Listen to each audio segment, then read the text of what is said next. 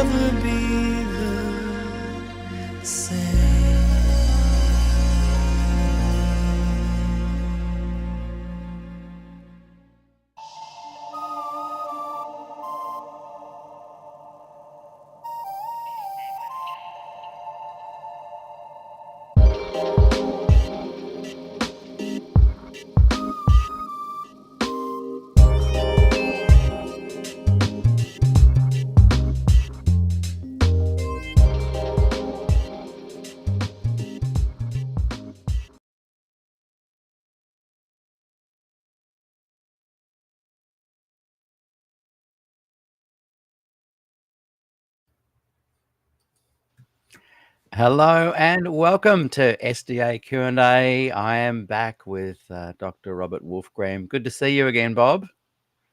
Likewise, Peter, and thank you for that lovely song. Oh, thank you so much. Thank you very much. Just feels like yesterday since we last caught up. Yes.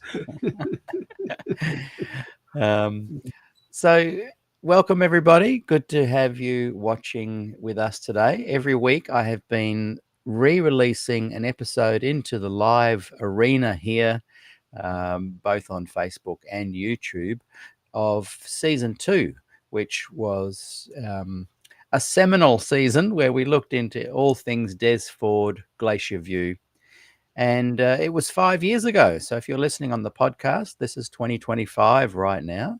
And we're about to go back in time 5 years to the interview I had with Bob Wolfgramm in season 2, number 15, I think it was. And I guess basically for 2 reasons. One, to ensure that the resource is available out there in the general public. Up until now, all of these interviews are pretty much, apart from a couple, pretty much only been available in the private Facebook group, SDAQ&A.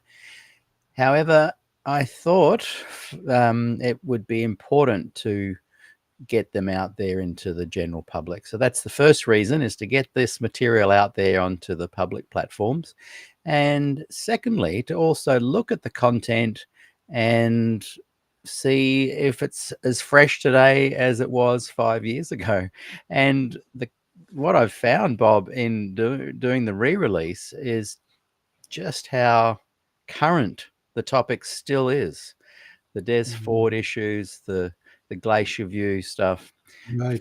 5 years later, I wonder why. And we're going to chat more afterwards. We'll get straight into the video now, but I'm interested in your thoughts on why it's still relevant today, and why it may be still relevant when I invite you back in another 5 years' time for the 50th anniversary.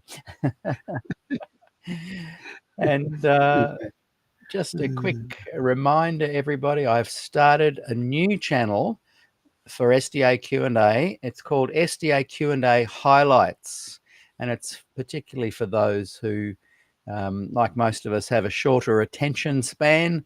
All the episodes are around 20 minutes long, and I'm basically just jumping into the over 400 videos that we've got here at SDAQ&A and selecting little bits and pieces of each one just to kind of put them together into one 20-minute program. So I encourage everyone watching to go and just search on YouTube SDAQ&A Highlights. I will also put the link in the comments as well. And don't forget to like and subscribe. And if you've got a couple of dollars you'd like to contribute towards my channel and the things that I'm doing here, you can do that via PayPal. And just trying to find where that is. Here we go. It's just paypal.me/Peter Dixon Music. A couple of dollars really helps. And Moto Sapien is back. How was your Disneyland holiday, Moto? Did you enjoy it? We've got Crafty Az from New Zealand. Good to have you watching again today. And David's here. John's here. Boy, everyone's here. So we're going to dive back now. If you're listening onto the podcast, we're going back 5 years. I think around May.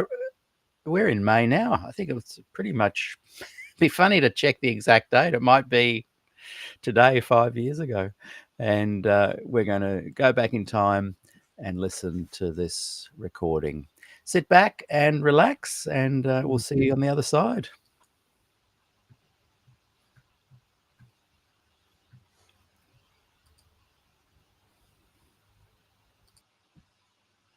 It'll start. It just sometimes takes a minute just to catch up. It is 5 years ago.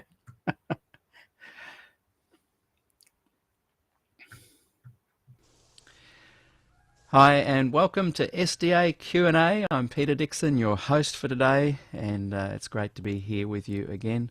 I'm joined today with Dr. Robert Wolfgramm Sr. Great to have you here, Bob. Thank you. And I was just commenting to you before we went on air that if I can just work a little bit harder on my hair and start growing a beard, we'll be walking on the same page. Hey, just a bit of bit of background of why I'm so excited to have you here. In the probably mid '90s, I really had a music shop, and I had a strong desire to kind of set up a newsletter or a magazine where I could really get all the Adventist artists in Australia, New Zealand, and the Pacific to kind of keep in touch a little bit more. And as I sat there, I thought, because I wanted to do an interview in each article, I thought, who would be the first person I'd like to interview? And my brain was, half a second was, Bob Wolfgramm.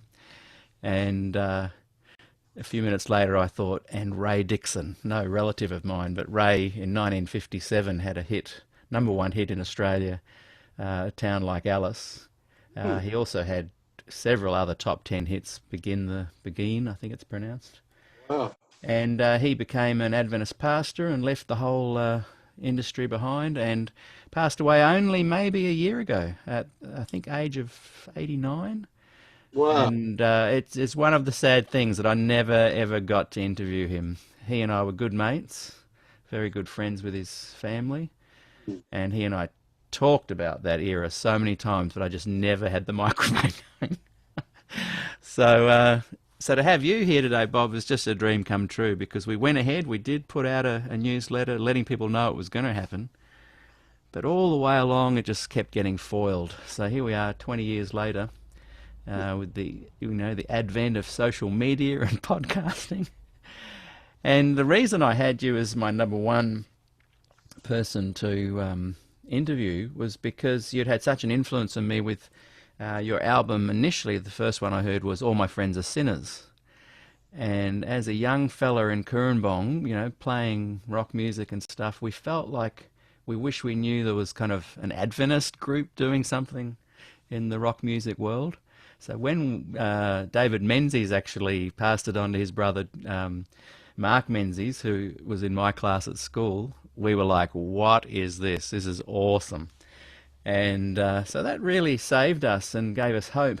And when I was looking at the idea of networking Adventist artists, the thing that prompted me to do that was that people were like, I'd talk about artists such as yourself, and people would go, oh, I'm not too sure who that is.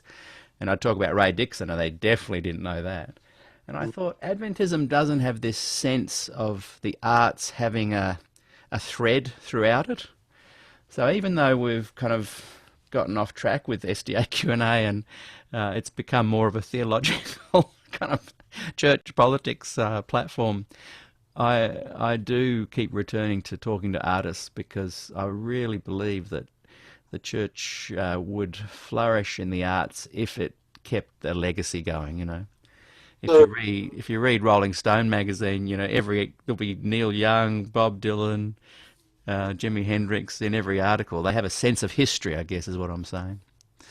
So we've got a lot of people on board now, so I'll stop prattling. But I wanted to just give a bit of background there as to how special this is to me to have you here, Bob. And maybe we can launch straight in by even talking about those albums. And I think before All My Friends Are Sinners was Bob, the album Bob.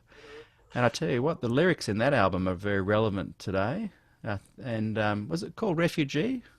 It was Bob in vinyl, and it should have been Refugee, but we got confused there with the how to package it and all that. Yeah. Originally it was Refugee, and it's returned to being Refugee. That's CD form. On CD and on iTunes. So I want to encourage people to go and look up Refugee, All My Friends Are Sinners, and also Persecution Games. Those three were incredible albums. All My Friends Are Sinners came first. Was it? Yes, and then Refugee, and then Persecution Games. Oh, good. Okay. Well, in that case, I was getting the music across my table in the correct order then. Oh, good. So tell us about those three albums. And I know that All My Friends Are Sinners sold so many copies that it charted even in the mainstream Christian charts. It had a big impact. We were street preachers at Avondale in 1971 and 72. street preaching in Wyong and in Melbourne, where I was calling home. Street preaching had begun in those years with pastors Jim Johansson, Pastor Cook, I've forgotten his first name, but they were street preaching with youth groups in Burke Street in Melbourne. So I was involved in both at Avondale when I was at Avondale, and then who was doing it at Avondale? Great guy, George Masters, I think his name was. Yeah. He was taking us to Wyong to street preach on Saturday nights, and that was great fun. Lowell Tarling and I jumping up on stage with borrowed guitars and electricity and thrashing out Jesus Blues number 1, 2, 3, 4. It took to turn people's heads and get them to come and listen to George and the other ministerial chaps who were practicing their art. So that was the start of a working relationship with Lowell, and then we seriously wrote our first song Vinegar together, which appeared on Persecution Games and is still a favourite. But when I moved to Melbourne at the end of midway through 73, 74, 75, 76, I was wholly involved in the street preaching project at that time, and Bible studies at a place in Weekley Road that the street preachers, a home that they had, and at Peter and Jenny McDougall's home every Friday night for Bible studies. And Peter would say, "Have you got a song for us, Bob?" And I'd say, "Okay, I'll get something." And during the week I was working for him, and then for the Hopkins brothers truck driving, but always the street preaching. So the Sunday night street preaching in Burke Street became a stimulus for me writing songs for the street and for the Bible studies. And that's how really the albums came out of that, because as I developed a repertoire of songs and those of our friends got to sing them, somebody in the group said, "We should do an album." And I said, "Oh, okay, let's do an album. And who's going to pay for it?" And so then I had to look around, and it turned out eventually that we had to pay for it. So we did. They said, "You go and do what you have to do to get the first album together." Sally's album it became, All My Friends Are Sinners, and we will pay the bills for the recording. And it was a great pressure cooker, Peter. You'd know as a recording artist that we had to pay, I think it was about $150 an hour or a session for a recording studio back then. So we had to produce the music, in 3 hours. And nearly all the takes on our albums were first takes, simply because we didn't have the budget to redo, which and so I became convinced that if we could capture the energy and the focus of those first or second takes, and then polish them with overdubs when we had budget. But Sally's album, I think, cost about $1,500 to make, and which is unbelievable. Yeah. An 8-track studio with Paul Bryant. Do you know? Yes. Yeah. I think he lives down the coast somewhere, doesn't he? he was really the genius that held us together, because Right. I had little experience in the studio, and but Lowell and Genna Levitch and myself, we formed the pact, formed the recording, Galilee recordings. And when you're young, you have to do things, Yeah. because as you get older, it's a lot harder. And we did things, so it didn't seem to me at the time that we were doing something special or pioneering or foundational or whatever. That was something we believed we had to do, and we did it. Mm. The people of like-minded people who wanted to be part of it. And so there were a group of about 20 donors who gave to all three albums, and out they popped.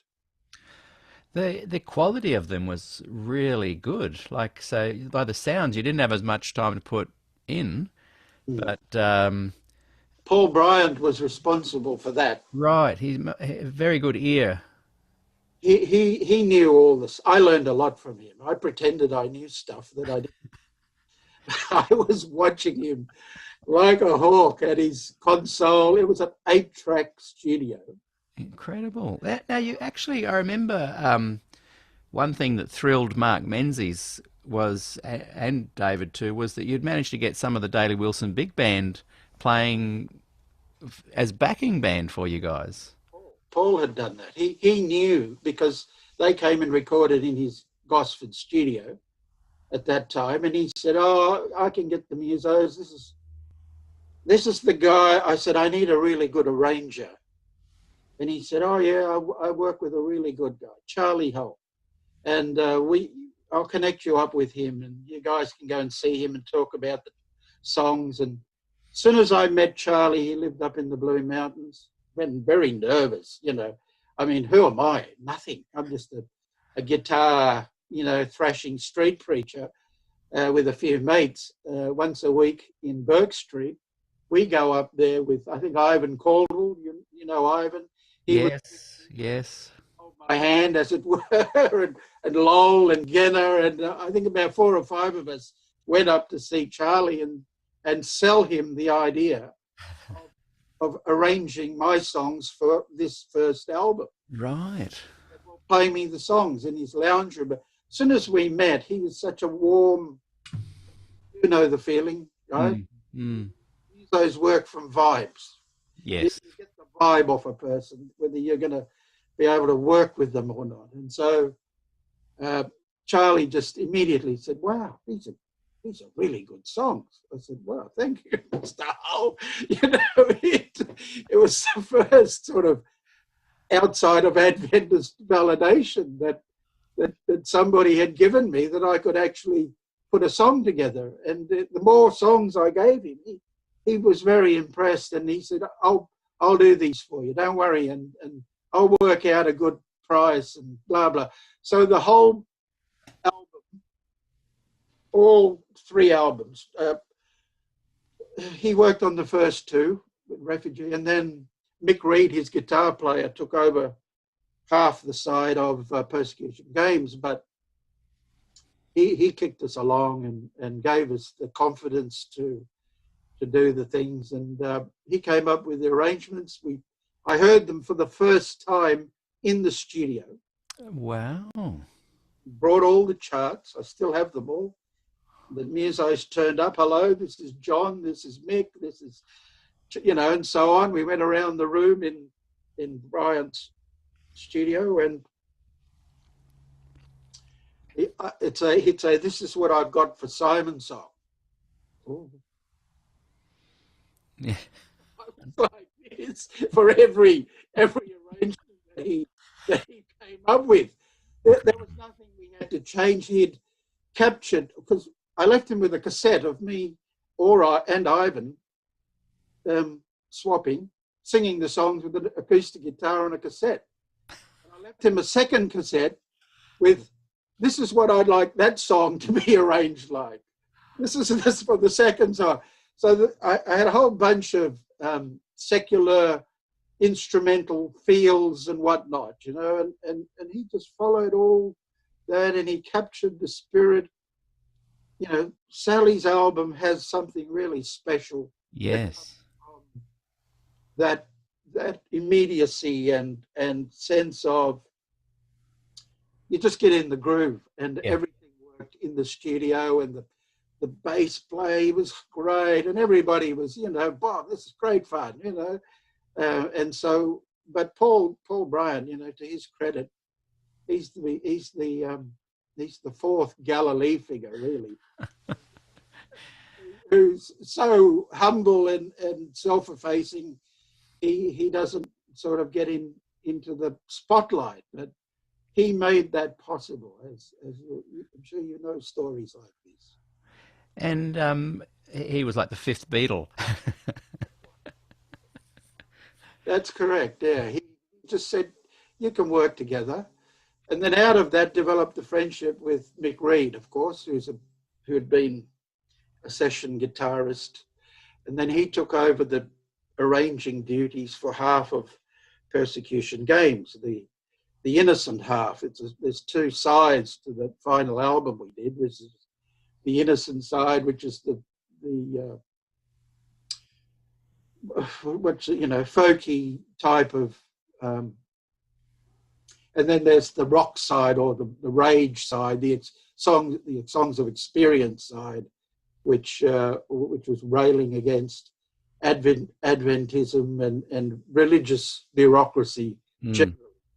And that song, that third album, Persecution Games, of course, was a direct reference to the treatment of Desmond Ford. Interesting. I often wondered that even back in the time. We identified very strong, you know, to me, Desmond was a saint. He was perhaps the best Adventist I knew. I couldn't fault him. You know, all the other, I was born into Adventism. I didn't join Adventism. Adventism joined me. You know, I've got a missionary ancestry, Peter, and so I grew up in the church, never thinking of myself as ever, you know, being outside the belly of the whale. I was inside there, and it was a comfortable world, and all my friends and so on. And I met great people to this day, my Adventist friends, or ex-Adventists, as some of them are now, still the dearest people to me, because in my youth, growing up, I went through, after Suva Grammar School in Fiji, I came here, and apart from 6 months at Belmore North Public School, I did, you know, the rest of my primary school, 6 months at Warunga Primary School, and then Strathfield Adventist High School for 3 years, Lilydale Adventist Academy for 3 years, and then on to Avondale for 3 years, which I didn't complete. But so my whole world was Adventist, and I still am an Adventist. It's tribal with me. There's no sense in which I could ever see myself leaving. I may get kicked out, eventually hang myself for views which are unorthodox or something. But I just, you know, it's genetic. It's in my blood. Yeah. And Desmond Ford was such a wow. You know, I first heard him in year 12 at Lilydale Academy. One of the teachers took us to hear these two preachers who were delivering down at Toorak somewhere, and on a Friday night, I think, or might have been, anyway. And of course, Des's language was overwhelming. You know, it was like, who is this guy? I've never heard a preacher preach like this. And then, and so that third album, if I can just touch on that again, was, for me, a protest. It was my way of marching in the streets with a placard saying, don't destroy Des, whatever you do. What year did that come out? That came out in 84 for lack of funds. We finished it in 81, 82. Right. So it was right. It was done right in the heat of Yeah. battle, as it were, fresh from, well, Palmdale was the first thing back in the late 70s there, and then skipping all the way along to Glacier View. When was that? 80, 81, somewhere there? August 80. August 80. So, Lowell and I had a lot of rage songs, which which I adapted with a very dear guitarist friend of mine, may he rest in peace, Neil Farnell, that I'd been gigging with and working. He was another synchronous mind. And Neil, I explained to him what I wanted. And again, it was like we had one rehearsal with Greg Hewson, one of the street preachers, organised for us in a Toorak rehearsal studio. From there, we went straight into the recording studio in Glen Elstonwick, somewhere there, Glenara Road. And we did all one take sort of stuff. We didn't have time to muck around. And so long as it had the salt, the acid, or the bit that I wanted in the playing and the feel of it. This is also punk era, Peter, right? Yes, I know, yeah. Australia's punk was a little later than the English American punk. We were about 3 or 4 years in popularity. I mean, there were punk bands through the 70s and so forth. The album reflects that. It's quite aggressive musically as well as lyrically. I think Lowell, who came to Melbourne later in the 80s, went and found it in a record shop in the city in the punk bin. I don't know whether we pioneered gospel punk, but there it was.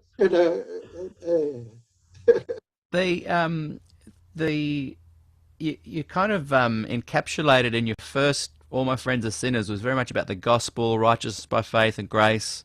The second album was very much about social justice. And the third one was very honest, open and raw, reflecting on the church crisis. And I thought you captured that really well. The second album was quite funky. Thank you, Peter. I think you've summarised it. That wasn't a conscious thing at the time, but that is how it worked out as we went. I reflected on it and said, all right, now's the time to unload and put into our music the aggression and the frustration of being a part of a church that seemed to be unresponsive to people like us. Yeah. And continued to be. Like, I did some recordings that were a little bit along those lines too, based on your inspiration. You're blaming me, Peter. I'm blaming you. An interesting thing too that you guys did that not many Adventist artists really followed up on was that you put out great album covers. Now, tell us a little about the 3 album covers. Yes. Yeah, okay, that's a great thing to pick up on. The first cover was All My Friends Are Sinners and Refugee were done by Carl Needham. You must know Carl? Know him very well. Amazing artist. He was a friend from street preaching. So occasionally he'd come into the street, I believe. He came to Bible studies. I think we have studies at his joint. And in the early 70s, he introduced me to the gospel, soul, funky music of Andre Crouch. Oh, yeah. I'd never, I hadn't plugged into that. And one Sabbath afternoon, we're street preachers, we're all up in his groovy apartment in Burke Street, Camberwell there, and he put this on, and I went, what the heck is that? That's awesome. And it was the live in London or Carnegie Hall, wherever that. Very famous album. A very famous live album. And he put that on, and I knew Carl through that connection of street preaching and Bible studies, and occasionally we jammed. So he had a guitar and his double bass, and He's a good bass player, yeah. I was truck driving, and I shouldn't tell the Hopkins brothers this, but it's too late. Occasionally, I'd take a lunch break and work my way to Camberwell and interrupt him, and we'd sit there and jazz on, and better get back on the road, and he'd get back to his work. And that was great fun. So, and then we moved to Glacier, but so we made music together, and we played at East Brand Church for Jim Johansson, who was, rest in peace, very dear friend also, and he was a gospel pastor. So back in those days, we were, you know, our sensitivities were very sharp. We'd listen to the theology of every Adventist preacher we came across. Mm. If they didn't live up to our standard, terrible. We'd say, well, we've judged him, goodbye, you know, and we'd look for somebody else. But very judgmental, Peter, when we were young. But that's how it is. Anyway, we settled at Jim Johansson's East Brand Church as one of the places. He came up with both covers. The first one was taken, the photos were taken up at his farm. Fantastic photos. I don't know where the second one was taken. I suspect it was in his studio at up Martinsville Road there. You Yes, know? yep. Yeah. And the third album Beautiful property. was Lowell's close friendship, and eventually I became friends and with Martin Sharp, the Australian pop artist, great artist, and began visiting Martin during this. Lowell introduced me to him, and whenever I went to Sydney, it was call in or stay with Martin, and I think he became my biggest, most famous fan. He is an incredible person for you to have connected with. Like, what a human being. Incredible man.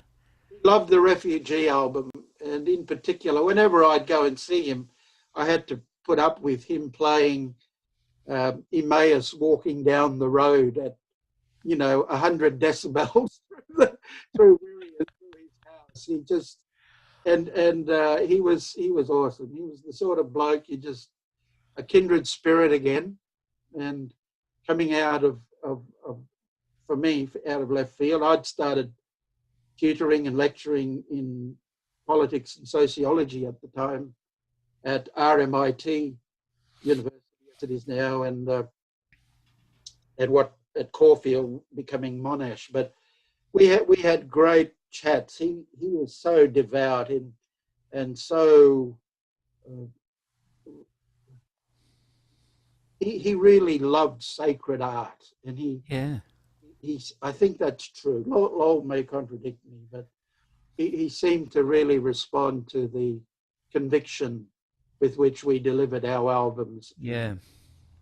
I remember, like, I used to cover Father in Heaven when I would travel around, and that's one of the most beautiful gospel songs ever written. I think It's the silver. it's right up there with El Shaddai, and I might sing it this Friday night at campfire songs, and Please. just remind people of its beauty. When I preach, which is not very often, but I play that song as an introduction. Right. It's Lester Silver's song, just because it is such a perfect, worshipful, Yeah. Father, I come on bended On knee. bended knee. I come so far beneath you. Beautiful. Yes. Mm. Another band I was in soon after, called Jordan, we would cover Emmaus live, and we recorded Have You Heard the News as well. And I remember too, on that album, suddenly going, hang on, who are these guys, Wagner and Jones, that you were singing about? And so that led me to just go and unpack the theology as well, not just the music, Initially it was the music, then the words and the production, and then I started looking into what you were saying lyrically as well. Now, with Sorry, though, so can I just finish, Peter? oh yes, Martin volunteered to do the cover for the third album.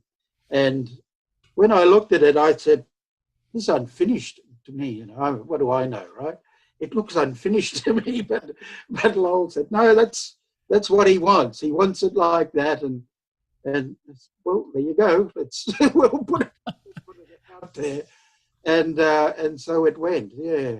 You know, I had no idea, and I don't know whether this is true of you, Peter. I had no idea which of my songs are like, you know, they're your babies, they're your children. So I didn't really rank any of them. But the song that would always be requested at Bible study and in the street was, Have You Heard the News? mm. That's why it's the first song on Sally's album, right up there. And Charlie did a great funky version of it. But I had to ask. I said to Peter McDougall, may he rest in peace. Peter, after Bible study one night, I boarded with the McDougalls. I said, Peter, why is that song such a, you know, why do people want that song? Why is it popular? And he said, because it summarizes just about everything in about 4 lines. It does, yeah. All right, okay. I don't know if you intended it or not, but it is the gospel in a nutshell, and you're calling out, have you heard the news? And it sounds exciting, the music's exciting, and I used to often wonder, was it inspired by Des Ford's sermons? Because he has that have you heard the news vibe as well. I was listening to a lot of Des Ford and a lot of Bob Brinsmead. I make no bones about the 2 greatest gospel influences on my life came from Des Ford and Bob Brinsmead. When I was truck driving, I bumped into the Millers who had been in Fiji, Jenny Wright as she was, and Wayne Miller on a farm at Melton. And I had a truck with the cassette player in it. And they said, look, here's a box of Des Ford tapes. This is in the 70s, mid-70s. Why don't you? I said, oh, thank you. Wow. You know, I think they gave them to me, about a dozen tapes of Des Ford's presentations at a camp meeting somewhere. I don't know where now, but I've still got the tapes somewhere. And there was another Adventist preacher sharing some of the tapes, but I listened to them in my truck, you know. So I'm in the truck, come home Friday, what song have I got for Bible study tonight? And that song, Have You Heard the News? I'm pretty sure I wrote it sitting on the bed one Sunday afternoon trying to work up something for Sunday night. So it was like that. I think it was that song. But, yeah, you know, yeah. so I didn't give a lot of thought to, you know, I'm writing hymnody here or No. sonatas, or it was just what can I do to get through the weekend to not let my fellow street preachers down, and that just popped up. There was a beautiful sense of progress and artistic creativity percolating. And I was just a young fella, and we were jamming, and we knew that very soon we were going to be out there playing more and getting involved in the scene, so to speak. And we looked forward to being a part of this great artistic Adventist movement that you and others had created. And by the time we kind of started rocking it out and getting out there, a bleaker kind of scenario we were faced with. And we noticed by about 84 that a lot of you guys had gone, and there was an exodus of this creativity, this thought, this willing to speak up and challenge.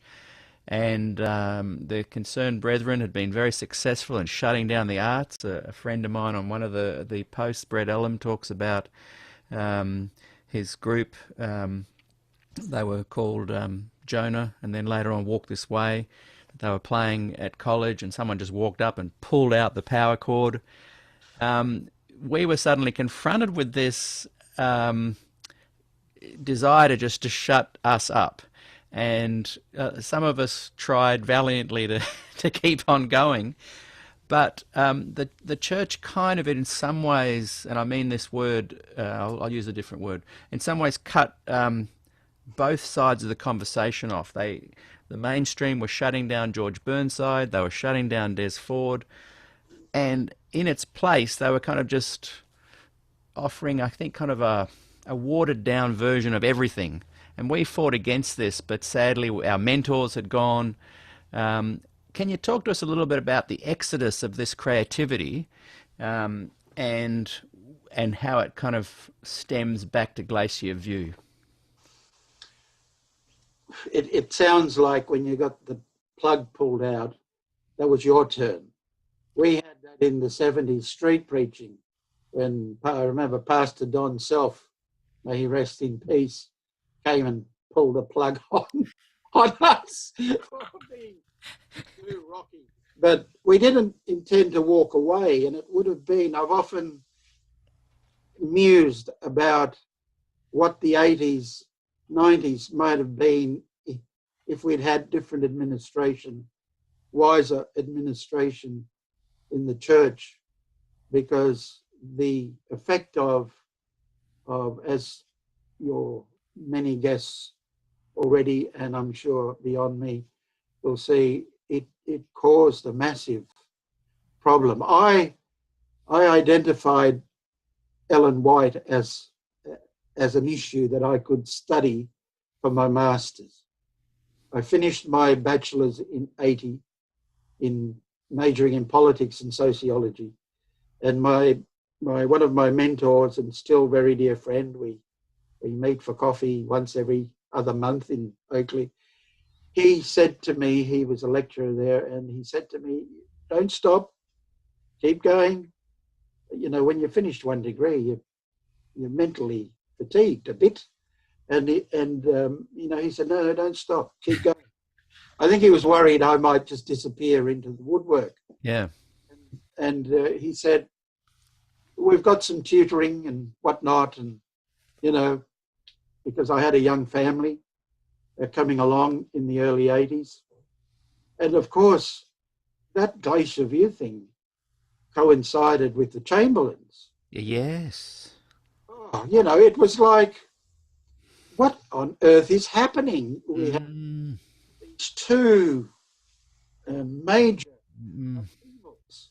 One that the world is just salivating about, and here I am in the middle of this internal Adventist crisis about, you know, what is the meaning of our message, and prophetic mathematics, and heavenly furniture, and what's it all mean, and you know, Adventism developed a leaking roof at that time, and I think Des put his hand up and said, I can fix the leak.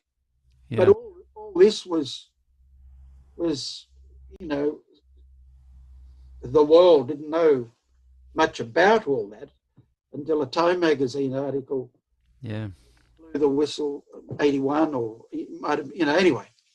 So to get back to that, a lot of my friends were so angry. They were much angrier than I was, because I felt I had studied, just finished 3 years of sociology, and understood organizations better, power, organization control. I came to see that Adventism was a political system, not just a theological one. It's a political system, and it's an economic system. People who control economic systems and do not like evils that threaten, you know, their income and whatnot. And it was this socio-cultural system, which you in music and other people in art and poetry, we'd all suffered something like self-censorship or outright censorship. Lowell will tell you about, you know, if you ask him what happened to him at Avondale. And at Avondale, we had a discipline committee in 1971, Sit to Adjudicate on Freedom, this musical we'd written about the cross, and they would send us notes about what parts were considered inappropriate and what chords were considered inappropriate. You know, Peter, all this stuff, right?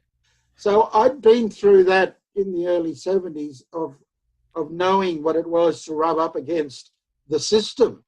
And you know, somebody would be appointed to sit at the back of the hall while we rehearsed in the music hall on campus there, and they'd take notes. And so when I have copies of them, because then they'd send them to me. Robert, it's all good, but such and such a part is, you know, you need to fix that up, and take that song out or that arrangement out, and so on and so forth. So I knew a bit about that. And when Des came along, we didn't have any gospel politicians, I don't think.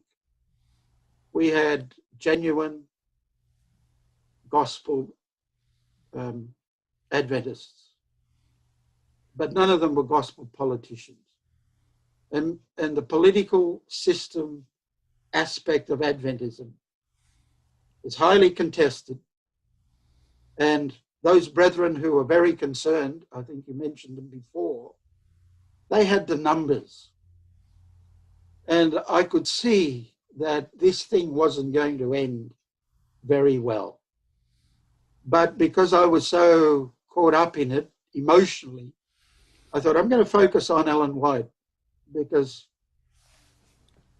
as soon as I left college, Peter, in 73, I immediately began reading every Ellen White book and article in every volume of Signs of the Times and Review and Herald. And I still have the notes in folders, handwritten notes of every time I came across her gospel.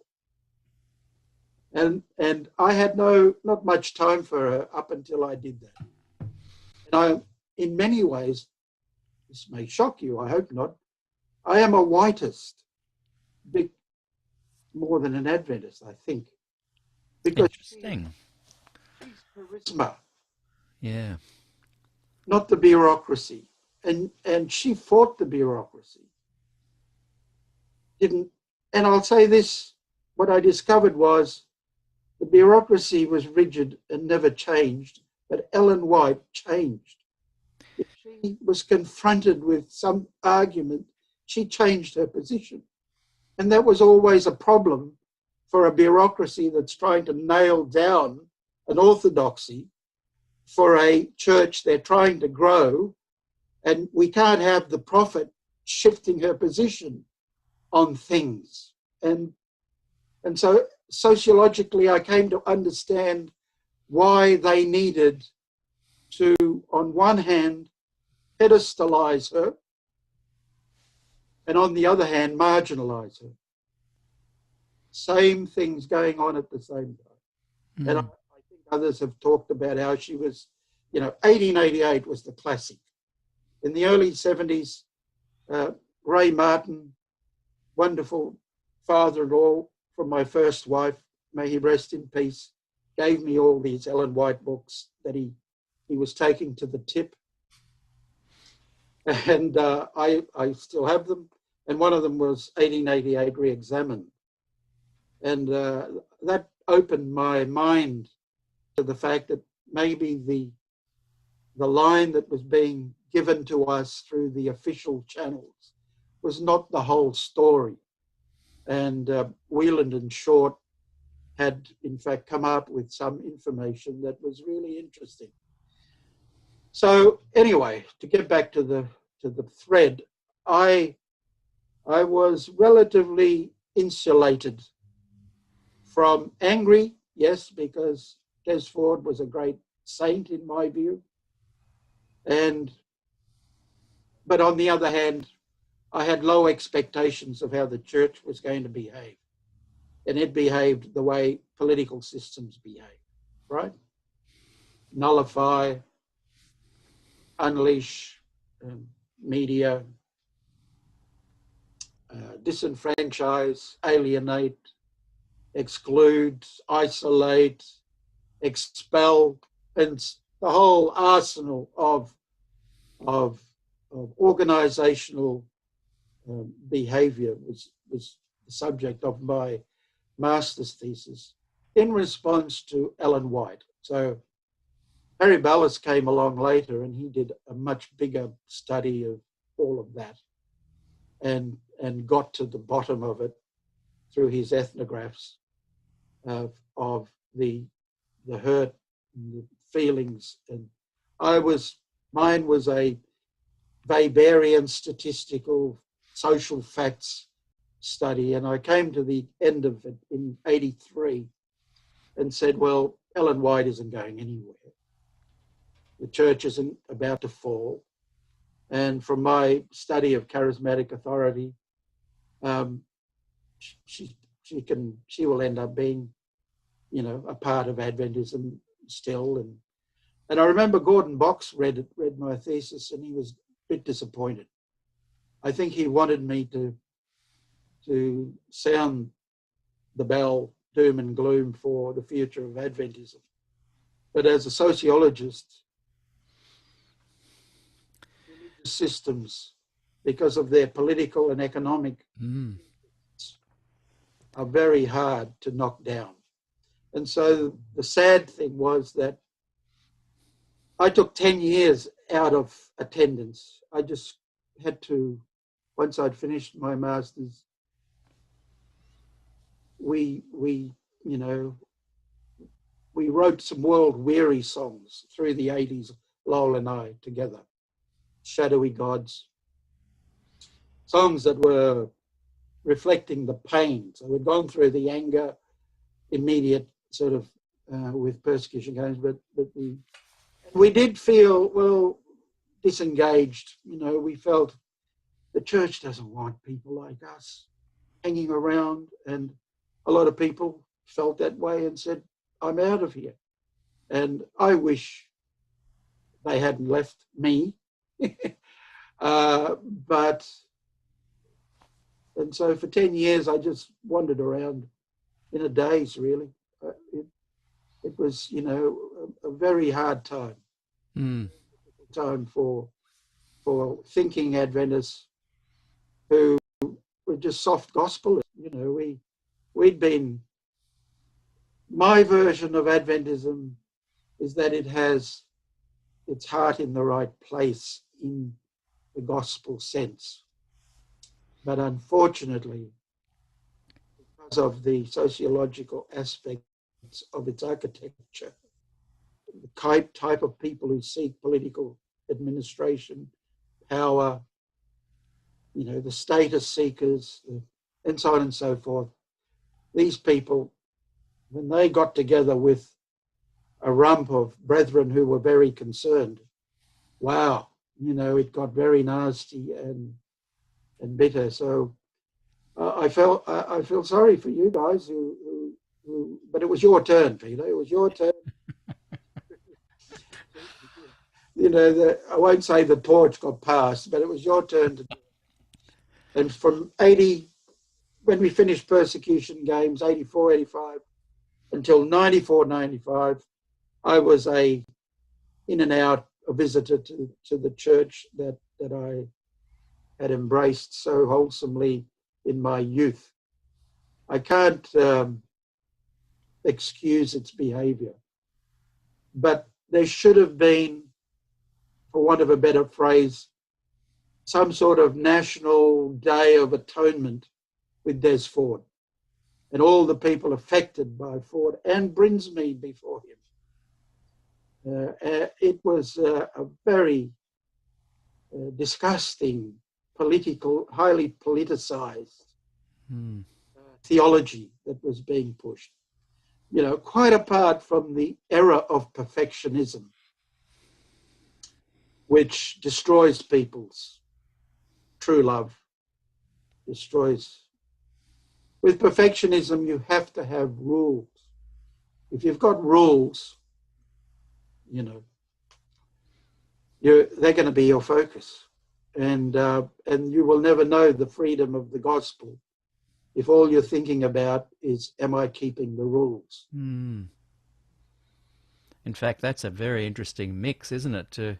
To blend the religious dogma and ideals of perfectionism and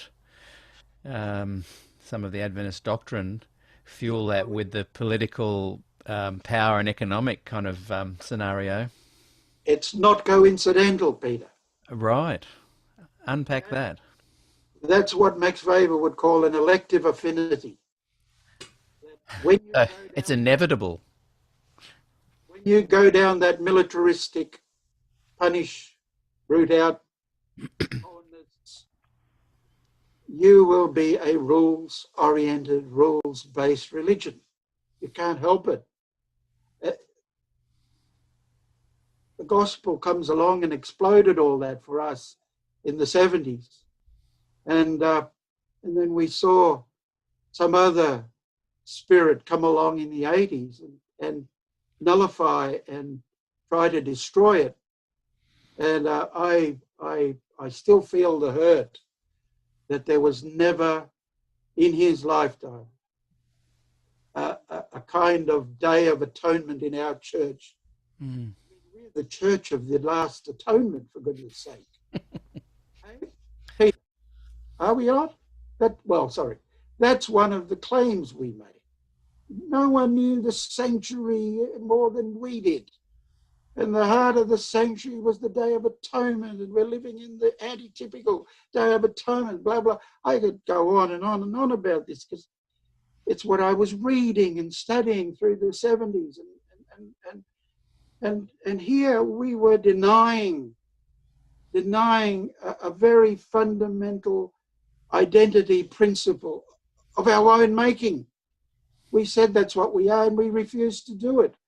And, at that time, I don't know whether you know, Peter, about 1980, I think it was, Roman Catholic Church finally said after 400 years, Galileo was onto something.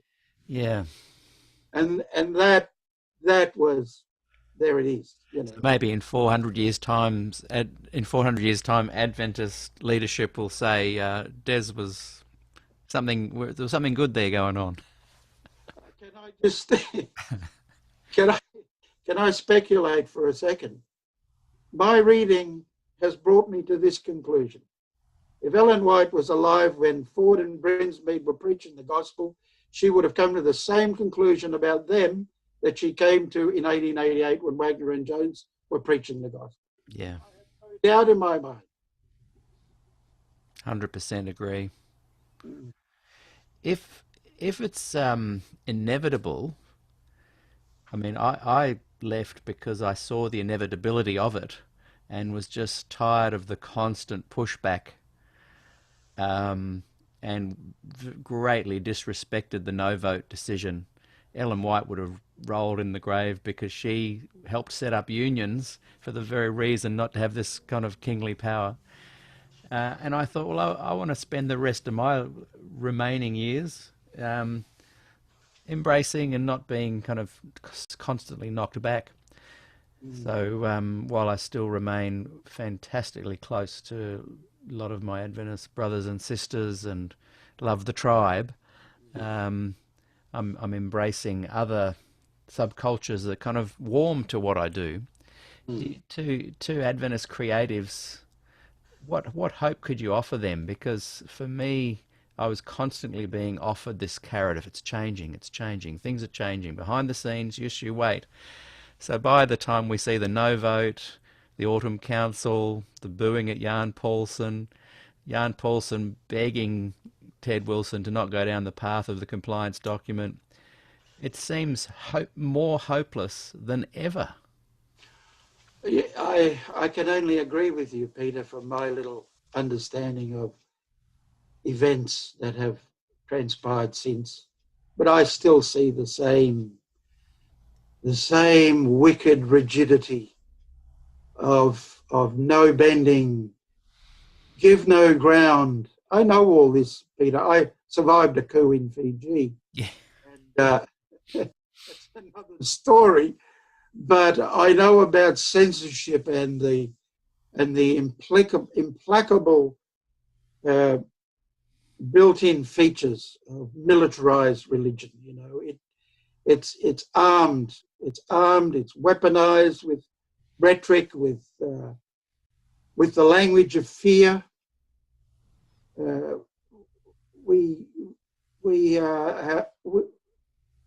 I say we as an Adventist, I don't know whether I will in my lifetime see a leadership which reflects the gospel I believe. It's something I privately pray for, but my sociological instincts tell me, Peter, Gordon Box asked me once, he said, when he was leaving the church, and he said, I can't stick around, Bob, and I don't know why you are. And I said to him, Gordon, this is my church. I am this church. I'm not gonna leave, and they'll never kick me out. Well, you can sign papers and have votes, but this is what I am. It's my identity. And so I'd studied the sociology of religion, and the great Neville Knight, one of my mentors I mentioned earlier, and to me, places of worship were not like supermarket shelves that I could just walk through and pick one and say, today I'm going to be an independent nonconformist Baptist. Yeah, I'm going to be a Lutheran. I couldn't. So I could see Gordon understood that perspective, and it's a perspective I still have.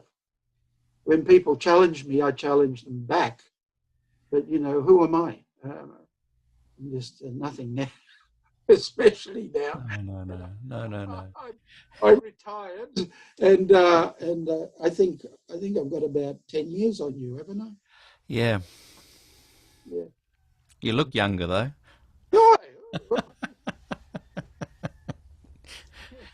Have I answered that question? Yes. I'll be interested to chat with Lowell on Friday because you stayed, he left. Yes. They're interesting because you're in the same garden, But friendships Yeah. have to remain. Yeah. I feel for those who were disfellowshipped, not only by their church family, but by their family. And there are those stories. And when I was doing my BA, I looked at Brinsmead. I studied Brinsmead as my final BA thesis in sociology. Wow. And Lowell's a great mate, That thing, those papers I wrote on Brinsmead, he immediately took them and put them as referenced them in his book, The Edges of Adventism, which he had been working on independently outside of, and so there was this exchange going on all the time between us, and still goes on, and friendship being what it is. Because I met him in 1965. Awesome. He was on a train, on a North Shore train. He'd gotten on at Turramurra, and I got on at Pymble, and we were both going to Strathfield Adventist High School. He was a couple of years ahead of me, like Form 3. I was a Form 1er. I'd only been out of Fiji 2 years, right? The Beatles have hit. Everything's happening. Lowell had the same uniform.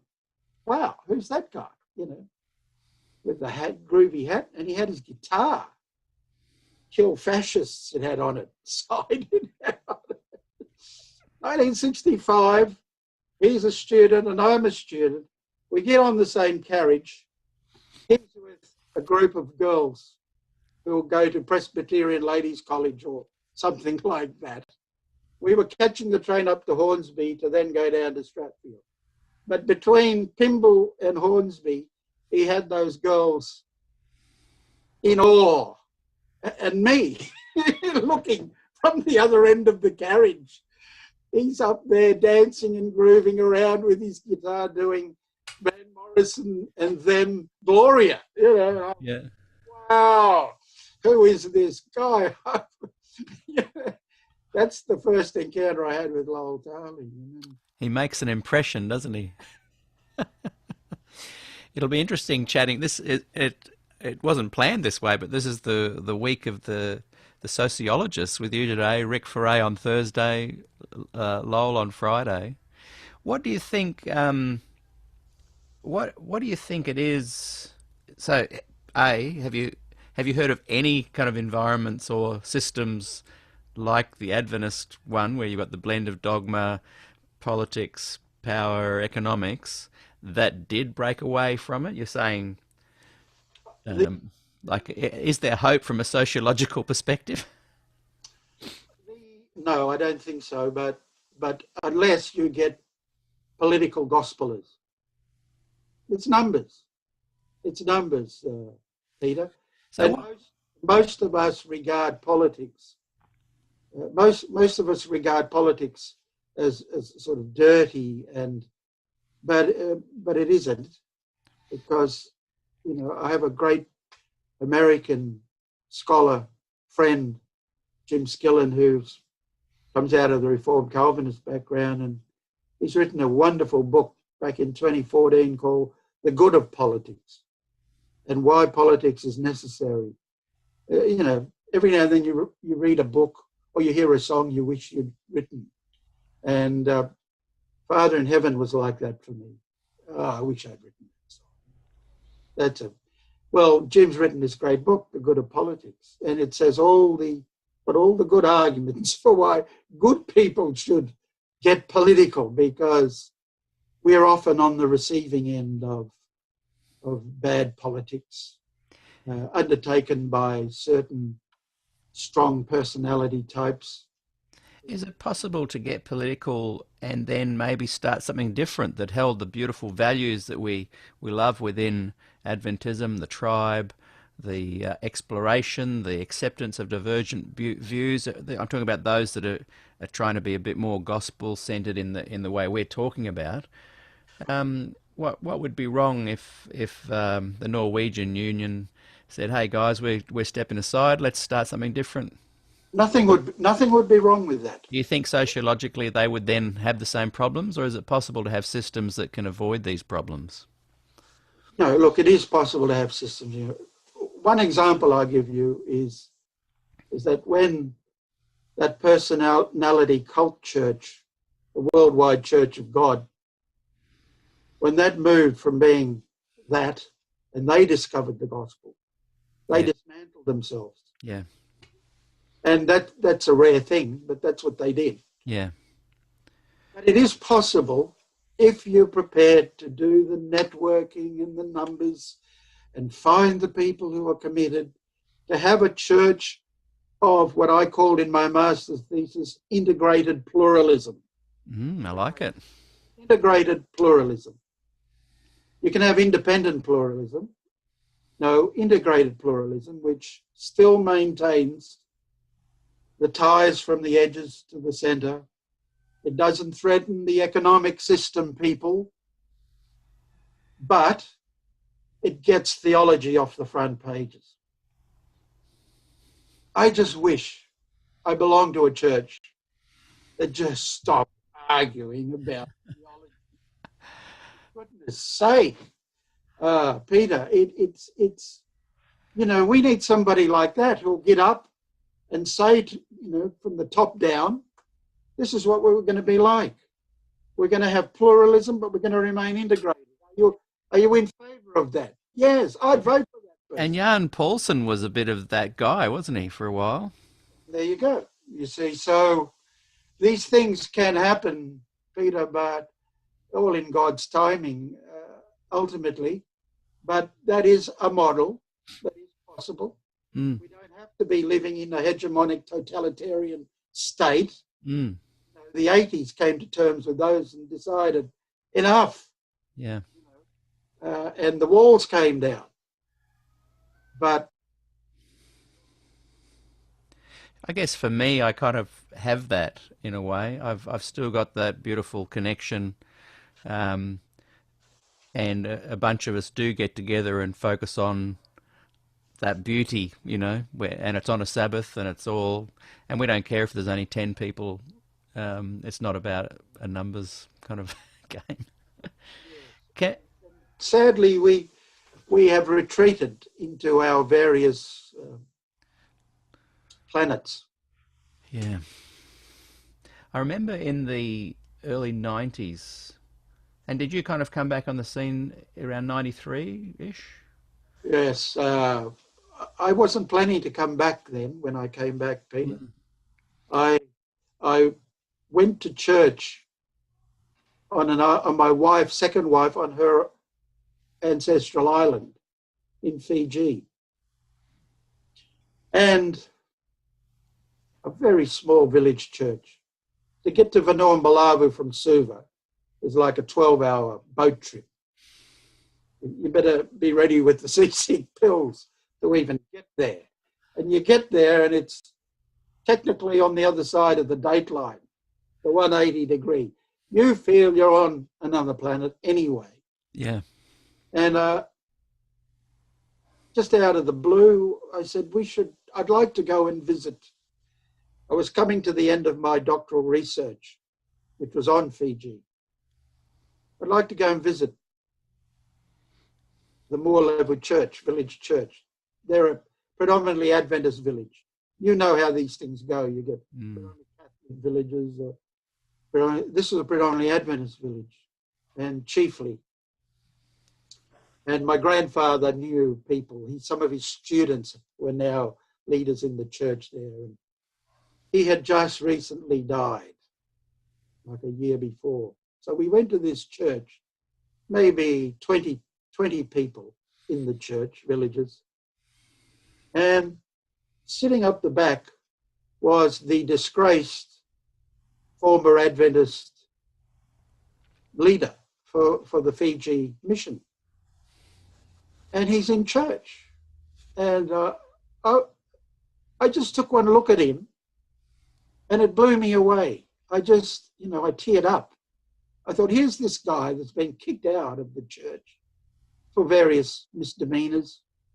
But here he is still coming to church, and the church still accepting him and welcoming him. And I could feel the love in that little 20 person. And I thought to myself, why isn't my experience of Adventism like this, where disgraced people can still fellowship? And why are we so puritanical and perfectionistic and driven by impulses to purge? Yes. Purge and ostracize, suppress and oppress. So when we came back to Australia after that break also a week before we left Fiji, our 4-year-old son died. Yeah. In the backyard, and that completely blew us. Yeah. We had no idea. And it was very, very disastrous. My wife's sister's eldest daughter, who was 5, they drowned together. Both fell into a flooded creek. And we don't know the exact circumstances, but it's another story. But we grieved for 6 months intensely, bitterly, tears every day for 6 months when I came back. Monash was very kind to me. They said, you can't teach. Go take a time out. So we took time out and we had the curtains drawn every day for 6 months. We couldn't open the door, Peter. We were so ashamed. So ashamed that this little life that had been given to us to take care of, we couldn't take care of. And it was just the emptiness of feeling we had failed as parents, our duty of care to this child. And it happened just like that. Backs were turned. Yeah. People were busy. Can happen to anyone. Happened to anyone.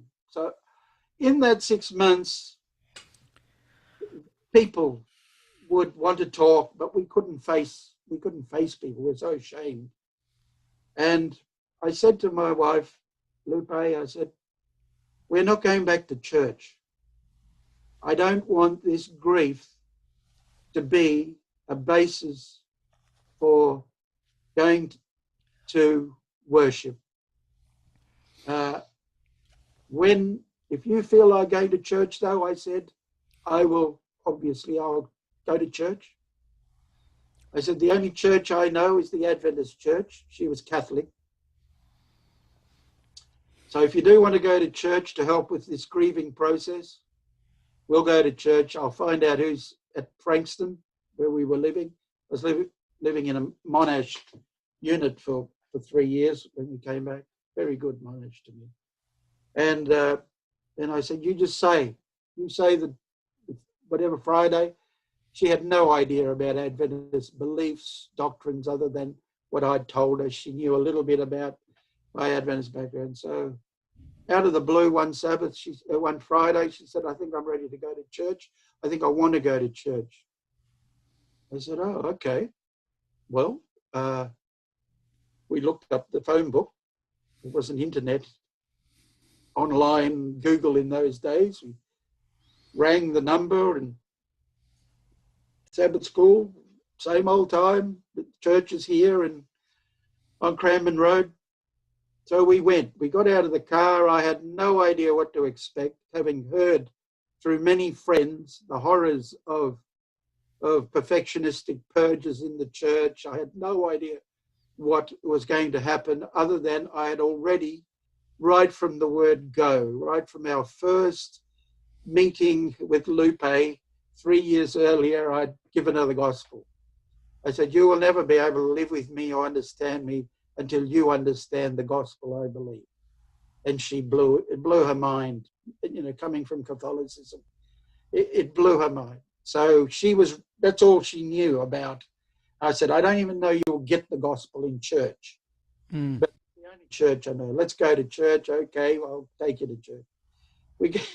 We get into the car park, freezing day, and the elder who meets us outside the closed door of the church, because it was cold, had cigarette nicotine stains on his fingers. And I thought, well, that's a good sign. That looks promising. I think he's ashamed of it now. He's no longer, but he had it. And we shook hands. He said, hi, guys, welcome, come in. And the welcome that those people I'd never set eyes on, didn't know any of them. The welcome they gave us that day was God sent. We felt like, forget the theology. These people got good hearts. It was pastoral. It was home.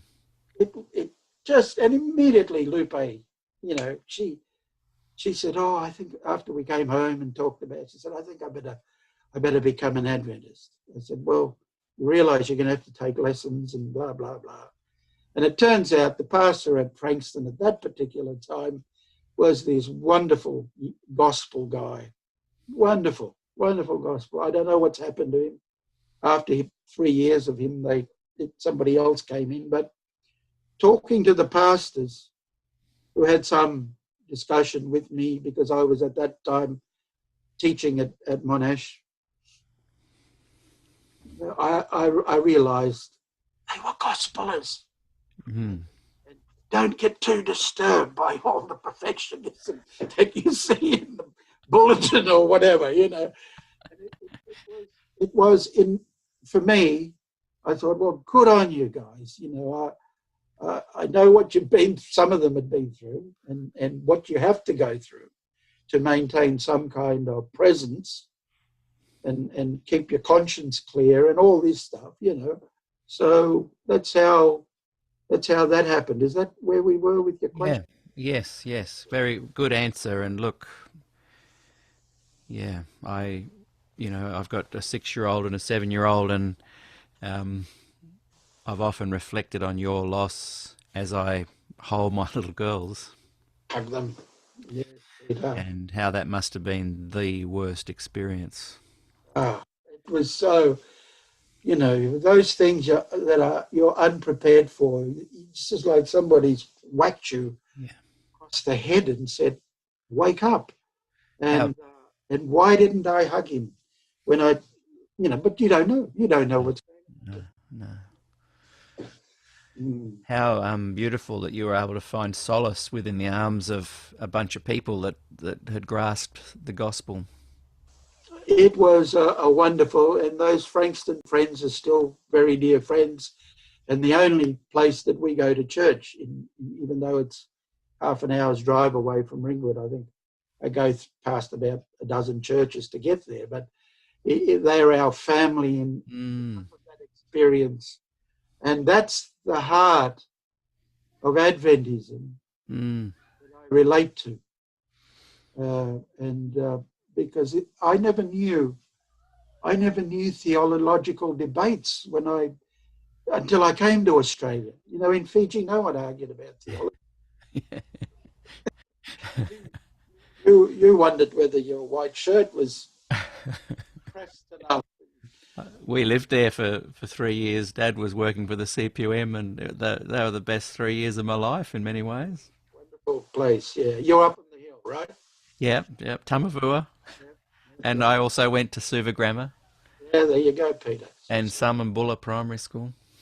I didn't know you were a grammar boy. Yeah, grammar boy. Everything. What was that? That changes everything. We'll do the secret handshake. The first theological setting I found myself in, I was only in Form 1 at Strathfield, and there were two students higher up in Lowell's years ahead of me, a guy called Darryl Davies, who was built like a short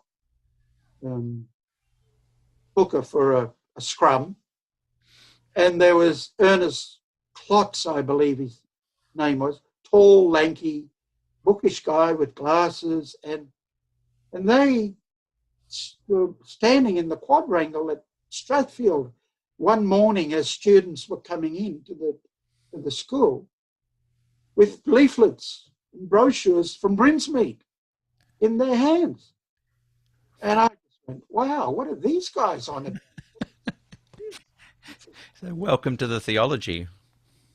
Peter, we were on another planet compared to any other ordinary high school. Yeah. Where would you see in any other high school two of your fellow students handing out leaflets about whether the latter rain preceded the loud cry, or whether Revelation 18?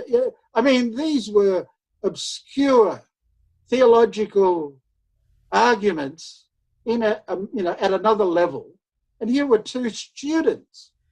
Lowell was into pop music, and I was following him. And here were these two guys, and I just thought, wow, what's this about? And they couldn't explain it to me because I had no grounding in Adventist theology. I'm 13 years old, but they were so enthused, and I could see from their faces they really believed the stuff that they had read from Brinsmead on the sealing, the judgment, perfection, and all this stuff.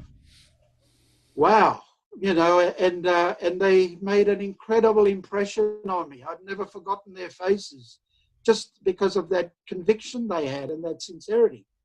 They were both kicked out of school. You know that? They were both kicked out. And I just thought, I've reflected later about what was that about. But that's part of the whole sickness of a hegemonic approach, Trump, dominate, a hegemonic approach to power. There's power from above, power from below, and there's power from within. And we seem to be, as a religious system overall, scared of that power from below and the power from within, because it's all got to be. I want to dig into that. just a quick aside that you've reminded me. When we kind of first started talking in the early to mid '90s, you sent me a bunch of cassettes of songs you'd written during that era, the post Wow. '83 to early '90s stuff that you were writing, and Wow. they were great songs. And will they ever see the light of day? Do you think, or will I just be able to transfer them from cassette to CD and listen to them? You have my permission. I have I no, won't. I won't sell them. I won't sell them. I have no idea, Peter.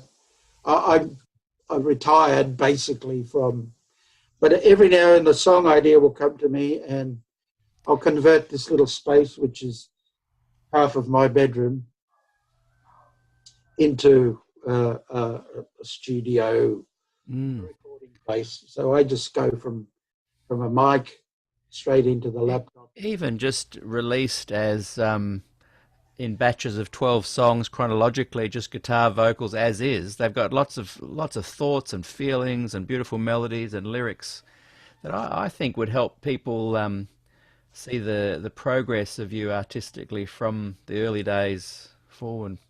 But that's a little aside, something for you to think about. To that power and the silencing, I'm interested from a sociological perspective on why this happens. So, for example, early '90s, a bunch of us all fired up to bring the gospel into the North New South Wales Conference, and we made a list of the names, 32 names of all of us that were into this kind of thing, and there were people there that were studying theology, young pastors, all saying, when we get into positions of power, we're going to change it. We're going to change it. And we were all fired up, and there was a really beautiful era that persists to this day, actually, in the North New South Wales Conference. A lovely Christ-focused gospel. There's plenty of churches you can go to in the North New South Wales Conference. On both sides, actually, there's a really nice. You can go to a conservative church and feel very accepted. You can go to a more liberal church and feel the same kind of positive treatment. But as I look back, and this series has made me look back onto that list of names, I'd say half of them are now agnostic or atheist. 2/3 of them have left the church. Some have stayed and have gotten quite high, but as they've moved up in the church, they don't speak out so much. What is it that threatens people from a sociological perspective? Because there must be more than one reason. Like, what silences our division and union leaders and conference leaders, based purely from Well, a sociological perspective, not from any personal sense of. I can only speak generally, Peter. Yeah, What I'm saying is not based on research I've done on yeah, Adventist church leadership, that's but right. That's what I want to know. yeah, there's a lot of organizational sociology, like books that can fill libraries, which I don't know whether Avondale or I don't know whether our institutions, educational institutions, have ingested the findings, the wisdom, and the principles that various people have discovered in their understanding of organization. And part of the problem is that the sociology of organizations, take a classic, William White, the organization man, Robert Preston in his study of bureaucracy, Amitai Etzioni, and all these people, so much there. Max Weber kicked down the door of organizational understanding. And I don't know whether these people have ever taken time to consult these sources, but there is an iron law of oligarchy, Robert Michel's, that develops in every democracy, and it's political again. But in a bureaucratic organization, each ascending level produces a corresponding consciousness to maintain that level. So we are socially shaped by the fact of needing to be promoted, be promoted, be promoted, be promoted. And at every step in a hierarchical organization, power invariably, Communist Party in China, power invariably has to concentrate, Pope Francis, in, somebody. And we become shaped by that process of promotion. It limits our freedom, literally, to do the idealism, and it encourages us to submit to the pragmatism. So idealism is down here at the grassroots level. Once you start going up into an organization, pragmatism displaces idealism. And eventually you can become quite unprincipled. Yeah. By the time you get to the Unprincipled or silent. silence. Silence is complicity in where is that idealism? Where is it? It disappears. And When sorry to interrupt, I don't want to forget, when a lot of Des Ford, in conversations I had with him before he died and hearing him speak occasionally, he would often say, most of these guys behind the scenes agree with me. And I know most of the people I talk to would agree with Des behind the scenes, but they won't speak up. What kind of... So I want to know, and you're explaining that very well. I'm now understanding that. But what kind of damage does that cognitive dissonance do to those kind of people that are just wanting to speak up, but don't want to lose their job, don't want to lose their place in the hierarchy? How do they remain idealistic?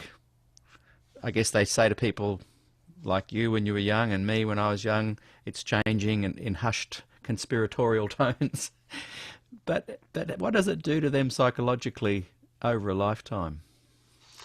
well, that cognitive dissonance has to be resolved one way or the other. You can't live in that cognitively dissonant world in your head and be a healthy individual in mental terms. And I suspect that a lot of that frustration gets transposed into a private bitterness. Some of it gets transposed into corruption, moral corruption, escapism. When you can't get to your ideals, people will become very, and I'm thinking of the televangelists, remember, who put on the self-righteous front in front of the cameras, but were privately doing all kinds of things. So they become very practiced for a while at leading that dualism, of managing it, but you can't do it forever. And I admire people like Bob Brinsmead, who realized he just couldn't maintain the dissonance once he came to his own understanding of things. And, off he went on another trajectory to find where he is now. I'd be very interested in your interview with him, because I do keep in touch with Bob. Every 6 months I send him a note and we talk a bit about where we are at. And Wow. he's got an amazing story to tell, because, as you know, he came from right in the most holy place of Adventist theology, if I can put it that way, to, you know, now on planet X. I hope you don't say that. You can say I had a good laugh about it, but he's you know, so his journey is an incredible journey, and at every stage of the way, I'll give it to him, he has integrity. Yeah. And has said, right, I was wrong on that, now I'm here. Yeah. This is where I'm going to go until I, you know, and he's like an onion you peel, because he's I don't know whether he's down to the core, but of where he wants to be. He may still peel another level of skin off, or, you know, wow. I mean, I don't have that. I live in my own world and find fellowship in Adventism, as I was explaining before. But don't ask me to explain any of the theology. Peter, I became involved in a Bible translating project that has taken me through the Old and New Testament many times over the last 10 years, is where I've been, helping Fijian translators understand stuff. And so I've had to become a self-taught, you know, Theologian. Hebrew and Greek researcher. I won't say authority or scholar. I just say researcher. So, and as I've gone through that process, I can see how difficult Bible scholarship is, and so, you know, I don't know that I give the same answer twice to anybody who asks me what I believe. I think I'm believing. I mean, I found love of Jesus Christ in my own personal experience very early in my life. When I was pre-teens, I found what it meant to be loved by God. And so finding that so early has given me, and I grew up in a loving Adventist family. My grandmother was a saint like Des. You know, all through Glacier View and Palmdale and all that stuff, I'd be talking to her all the time. How can you go to church? I'd say to her, as if you'll understand someday, you know. And I do. I can see why she went to church was, you know, and I'd go with her many times. And she never had any questions about what she heard. We'd come home and I'd be wanting to get a theological discussion going on the meaning of dikaios, or, you know, some New Testament discovery I'd made from one of my commentaries, or listening to Des or Bob or whatever. And you could not engage her. She was just a saint. She just, you know, would you like a cup of tea? Can I make a soup for you? Do you need some money? You know, it was all about practical. Caring and human interaction. Can I ask? There's a couple of questions just popping up. Can I just run a couple past you? Yeah. And Rick Foray has said, thanks, Bob. Your MA was very significant. And I'm thinking he's referring to the E.G. White one you were talking about. And someone said, what's an MA? So that's the Master of Arts study that you did. Rick has said, I'm wondering what was the motivation to write that? Well, as I say, there were a lot of issues I could have drawn out about the Adventism and the crisis it was in at the end of the 70s, early 80s.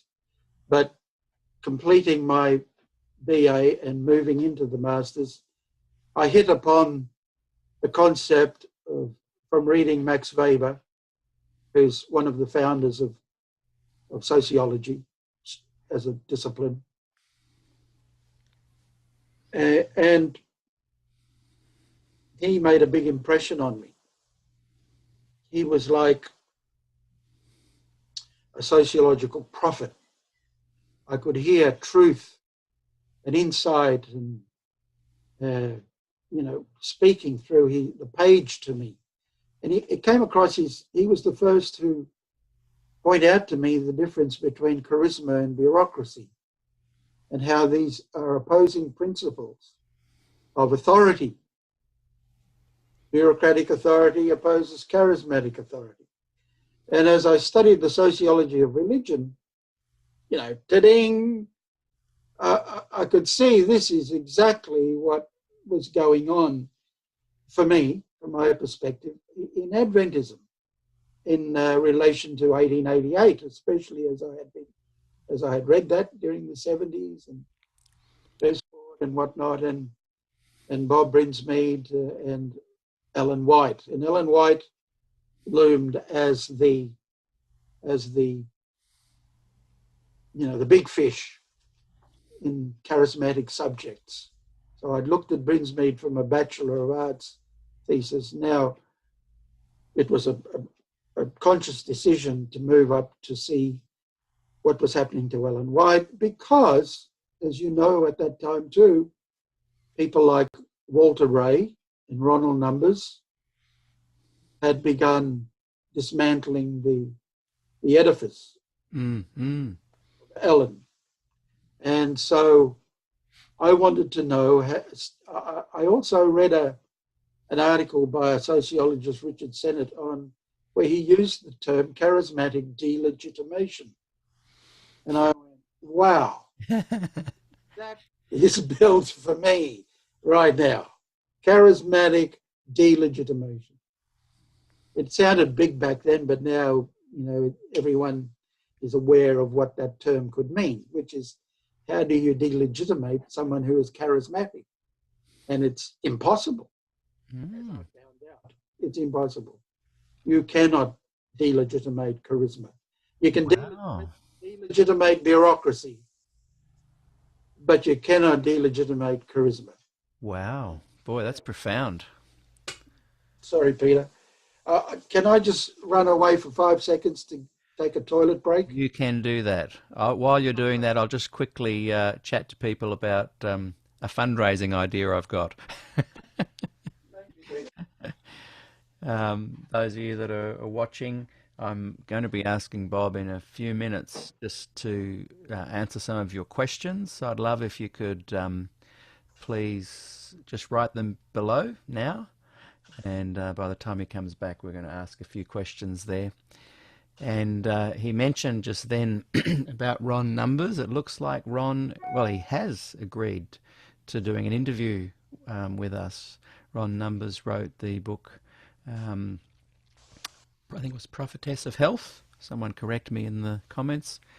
And I, myself and Lance just put it out there, and Lance did the footwork on this one, and we're very excited to say that Ron and one of his friends are going to do a interview.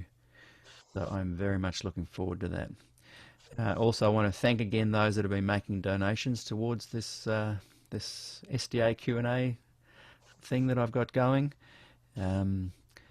I'll put again the link to ways you can support what I'm doing financially. There are lots of costs incurred, not to mention the time, but I'm loving it, and any help that can be sent this way is greatly appreciated. I'm wanting to actually save up some money to pay someone to transcribe all of these meetings too, so that'd be great if we can have some people contribute towards that. It's funny, my little girls are knocking on the door. Hello? Yeah, you can come in. Yes, you can come in. Can you open the door? Okay, hang on. I'll come and open it. I'll let you meet my girls. Hang on a second. I'm just going to bring them in. Um, I, I'll be right back. Yeah. You just come here quickly, honey. Yeah. Come here.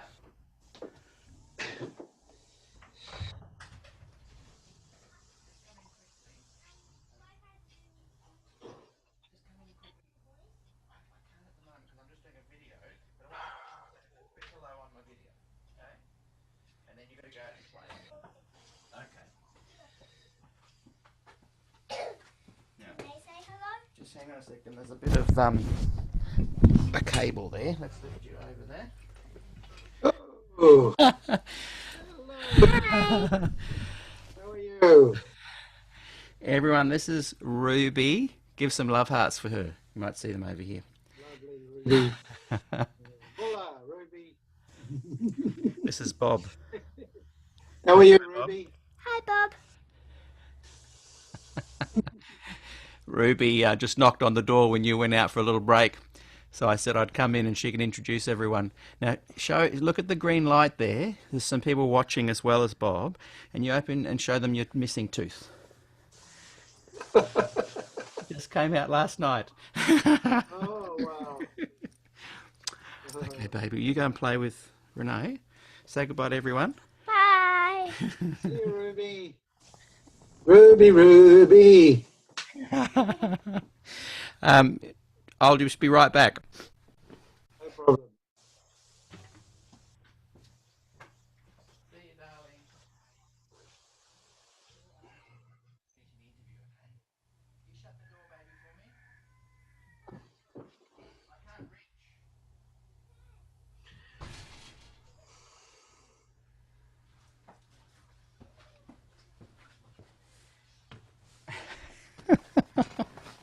That was a nice little serendipitous moment there. Oh, how old is Ruby? Ruby is 6. So that's what it's all about, isn't it? Yes. It is. So yeah, I was just telling people that I've actually got Ron Numbers has agreed to do an interview. So that's going to be in the next week or two. So if you can think of questions you'd like me to ask him, because his book, Prophetess of Health, I think it's called, was incredible. Now, where were we? We were just talking about Ron and a few other of those guys. Do you remember what we were saying? I interviewed Ron for my master's thesis in 1981, I believe, or 82, at Cal Stewart's house. He was on a lecture. Ron was on a lecture tour promoting his book, which had been out of, I think, a couple of years in America, and but we hadn't heard about it out here. And he gave a talk at where was it? Anyway, so I grabbed him, just happy synchronicity, coincidence. And he gave me an interview, and I still had it on cassette, and I digitized it last year, and found him online and contacted him. I said, Ron, I still have the interview that I did with you, and would you like a copy? And he responded, yeah, please send me a. Oh, wow. I'd love to hear that before I chatted to him. Well, I'm happy to share it with you. I don't think I need his permission, but No. yeah. Anyway, say hello to him. He was very, very good to me to give me one because, again, he didn't know me from and those were tense times. And Yeah. Was he still an Adventist at that stage? he was, I think, ex. Right. Just left, or I think he was speaking from the perspective of an ex. But of course, his ancestry's thick with Adventist leadership and pioneers. Yeah. He's got he's got blue blood in those terms. It'll be an interesting exercise to do a family tree of Adventists. um, you, There's a doctorate there. Are you thinking of doing one? I might just interview someone that's interested in doing. There's someone I know actually. I asked her onto the program, and she said, "Oh, maybe later." But she and I chatted once about a year ago, and we realised there's some massive family connections within Adventism. That is worth pursuing. And I know a little bit of the literature from my era, 70s, 80s literature, not so much 90s and 2000s, but that'd be a fascinating study, because people have done those sort of mapping studies, and coincidence of power, convergence of interests. You talk about it before of what happens to people when they go up the ladder.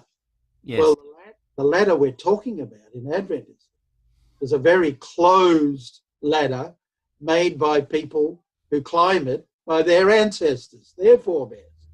And so you tend to get this convergence of interests. It's you're talking about children, grandchildren, great-grandchildren in the 50 years or so that we've been going, who come back into the system the way sport stars reproduce transgenerationally.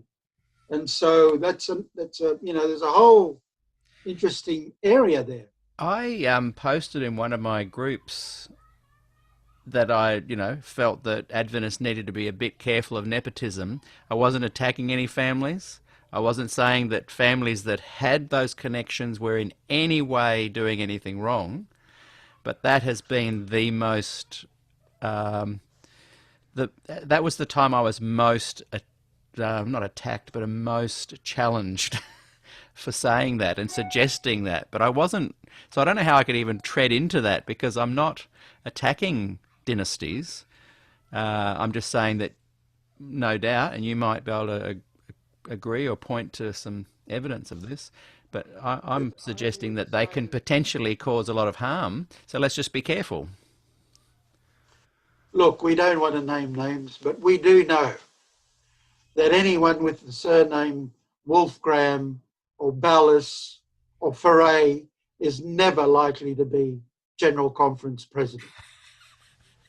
And we can go to a small pool of names that transgenerationally, nephews, sons, in-laws, who end up being recycled through the system, and so nothing changes. I mean, we can think of a father-son combination. Yeah, well, I don't mind saying the Neil Wilson-Ted Wilson combination is fascinating. I never thought I'd see that. I just thought, what on earth is happening when, and then I saw a photo of Ted shaking hands with Frank Bainimarama, the dictator in Fiji, and I just went, well, there you go. There's the symbolism, and there it is. So power, people understand each other very well, Peter. If you've ever been in a room of political people, they are in another zone to whatever the issue is. They're in another zone. So it's sorry, go ahead. No, I'm fascinated. I'm loving what you're saying. Well, to emphasize the point, the sociology of conflict, which Randall Collins made a specialty of back in the 70s and 80s. There's another volume that I would recommend to people who want to understand how organizations work. Too many things to go into here, but it deals with everything from demeanor to deference to, at the other end of the scale, violence, and in organizations. Not, and you can apply it at the macro level to states and how states behave on the global scale, or you can apply it to church board. Have you ever sat on a church board, Peter? Once. 5 years I did. And, you know, the colour of your tea towels in your kitchen at church can be a huge issue.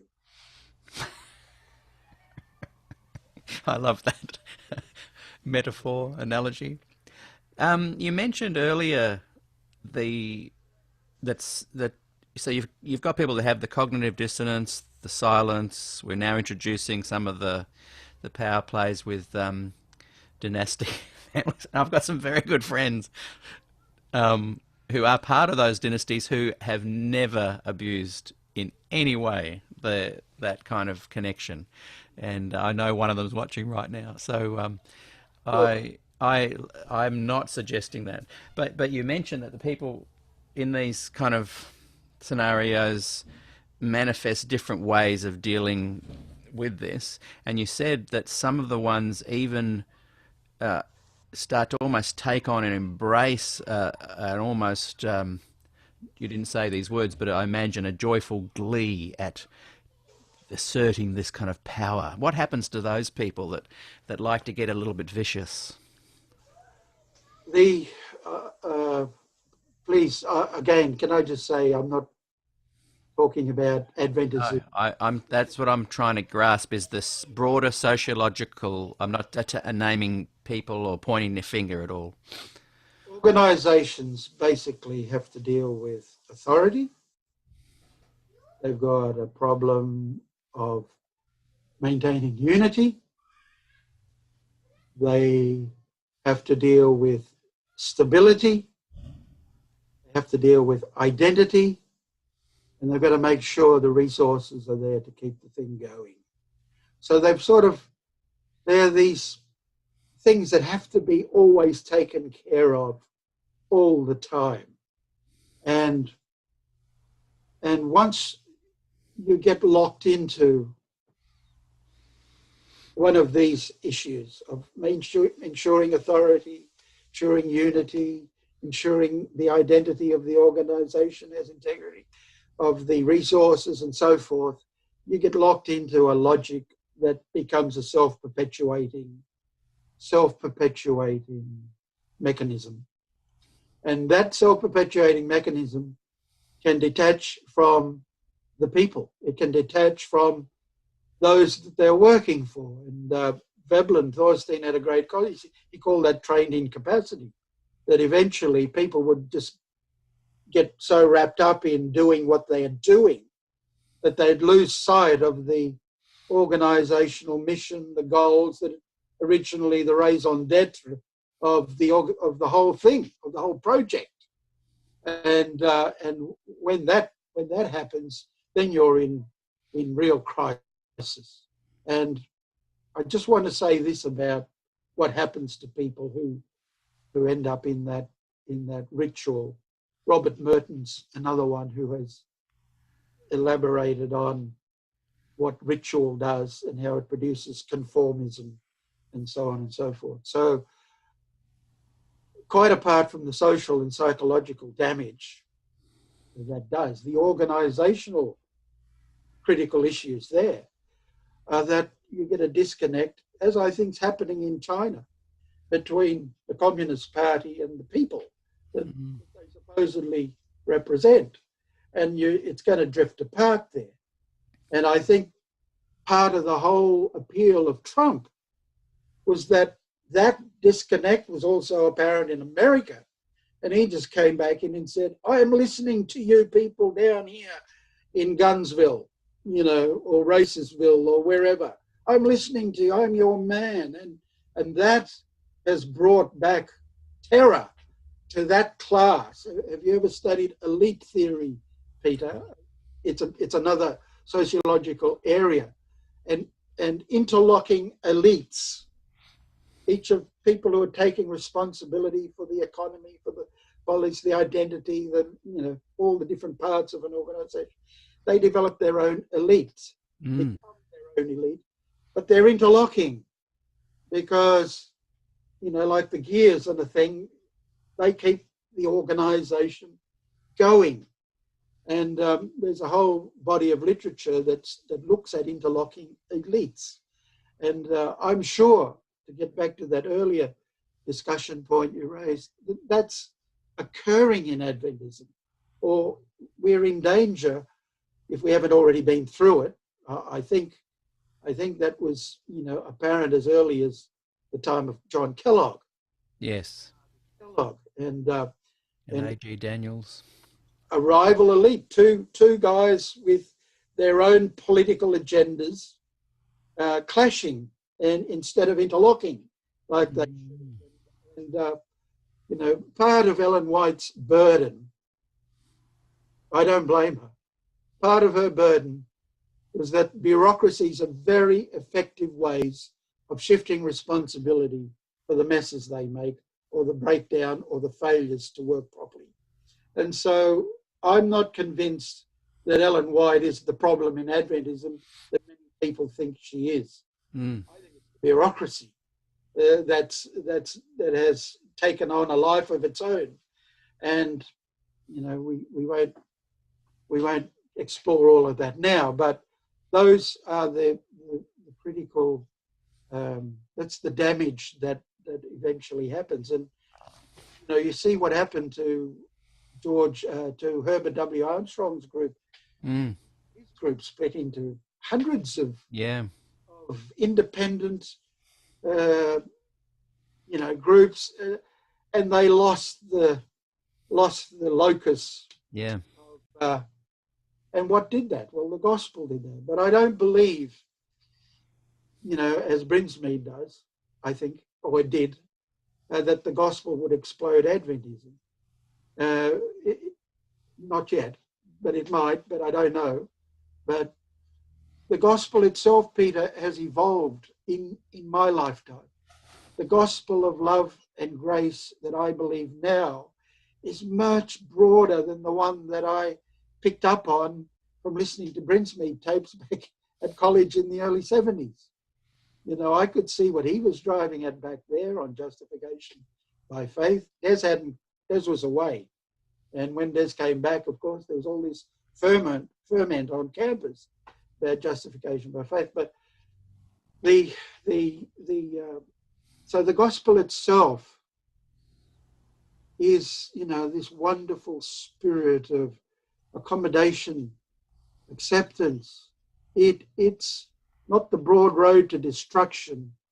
It's God's openness to receive all of us in all our fallenness at his table.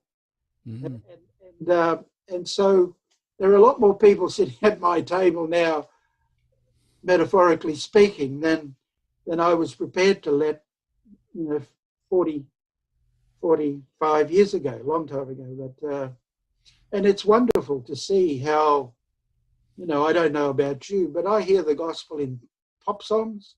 I see the gospel in movies that I'm sure were not intended to. I just keep seeing God's grace everywhere.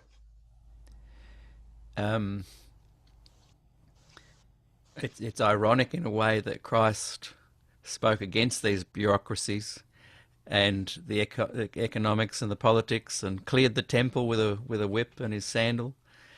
And the church that claims the truth, and for these last days, is becoming as bureaucratic. Peter, that's the truth you've just spoken. Max Weber used Jesus Christ, the founder of sociology, used Jesus Christ as his example par excellence of charisma.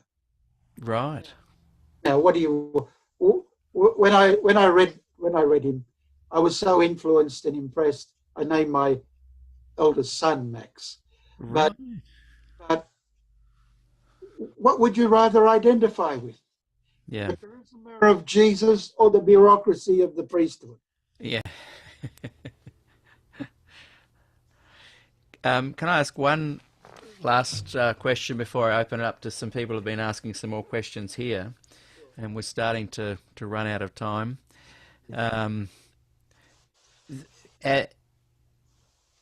I've often tried to rationalize, justify, work out, comprehend. You know, we had the big, like you say, there was the Glacier view, the Chamberlains, the Davenport expose, where the Adventist actual church spent $20 million of 1979 $20 million on a Ponzi scheme. And then out comes Walter Ray with the white lie. These are just like massive big bombshells. Largely kept from my generation, I must say. We were kind of a little bit oblivious, but we soon learned in the 90s. What I'm trying to work out is the Ellen White bit there with the plagiarism. How have you reconciled that for yourself? Like, a lot of people say, well, copyright was different then, but we know that Connie Berenhausen threatened to take Ellen and her publishers to court because her book on Paul was almost identical to their book on Paul that they'd produced, and she complied. She knew that there was going to be potential legal action, so she took the book off the press or off the shelves. How have you been able to kind of, because I have the same massive respect for this woman who just stood up against the bureaucracy at every turn and defended the underdogs like Wagner and Jones, and like you say, would have defended Des and Brinsmead. What? Just share with us, maybe personally, how you've been able to kind of come to terms with that. I think Ellen White, the writer, is separate from, and one aspect of, not separate from, but one aspect of a whole package. So what I divine in what is accredited to her as her output is an evolutionary theory of who she was, what the church was, what the idea of the remnant is, and what the message should be, how the church should be structured. We start with a very small group of inward-looking young, I don't blame them, but inward-looking Bible students who wanted to bring things to a conclusion with themselves at the center of the universe. That's perfectly sociological. By the time we end in 1915, we've got a prophetic figure, a prophet in sociological terms, who is telling people to build hospitals, to be medical missionaries, to go out and spread the word in the world. They'd gone from inward-looking, shut-door fanatics. How many of us are going to be saved? Oh, right, is the door still open? Is it shut? Is it shut? You know, you come out of that miasma to a world vision of, and it's remarkable. And to me, it's divine inspiration brings that evolution along. I know Adventists don't like the word evolution. It's an evolution, you know. They hit a brick wall, we go here. And I'm still convinced that evolution is possible. May carry on, but I'm reflecting on where I am now looking back. So I didn't have much time for Ellen White, the writer. Didn't know about the plagiarism to the extent that Walter Ray and other people dug up. When I was at Avondale in 1971, first year, I discovered in the library Dudley Canwright's. Boom. 1886, I believe. You know, Adventism renounced or something. And I read it, and I went, well, that explains a few things. You know, that explains a few things. And then when I wanted to marry my first wife, a white Australian of the Brinsmead persuasion, ancestry in Avondale, Currumbong, great-grandfather knew Ellen White, blah, blah, blah. Oh, I didn't know. I ran into a brick wall there of Christian racism. And I thought, that doesn't make sense. And Ray said to me, oh, Ellen White teaches you two are not allowed to get married. I said, where does she teach that? And I hadn't read Selected Messages, Volume 2 at that stage, you know, so this is still early days of my exploration of Ellen White. Why didn't you get married? Because Ellen White had said it's not right for blacks and whites to marry. And so he referred me to the reference, and it was published in Selected Messages, Volume 2, I believe. Talk about a kick in the guts. It was. Well, I had some experience of prejudice when I was at, boarding school, and parents would write in and tell the Lilydale Adventist Academy principal, who turned out to be a great friend of mine. Eventually, when we were mature adults, that they didn't want their daughters to have any association with me. Wow. So I'd met that in the 60s. So here we are in the early 70s, and I really run into the brick wall here, because I go, wow, okay. So I thought I better start getting my studies, together on this subject, because boy, I don't want to run against Ellen White. And then so I had to go outside of Adventist sources, by the way, to get an understanding and to develop an anthropology. There's no Adventist anthropology, and that's a disgrace. Well, there probably is now, but, an understanding of what the human being is and how the races, most of the stuff I read was just racist rubbish, So, and here are people with good hearts teaching missionaries and whatnot, So I studied it up for myself from non-Adventist sources and came to a biblical conclusion that this was all wrong. And I'm sure Ellen White, later I became convinced that she would have seen that pragmatism, that was her argument. It's not practical. Right. So it wasn't a moral thing for her, it was about the practical knowing that that couple in her day would be under extreme pressure. Writing in the context of the Civil War too. So, you've got to be really brave back then. You want to hook up, and right. I managed that, and we had some interesting, we had a terrific blow up out the front of Andre Hall when that's another story, and my fellow students came to my rescue against the racism of my father-in-law at the time, or prospective father-in-law.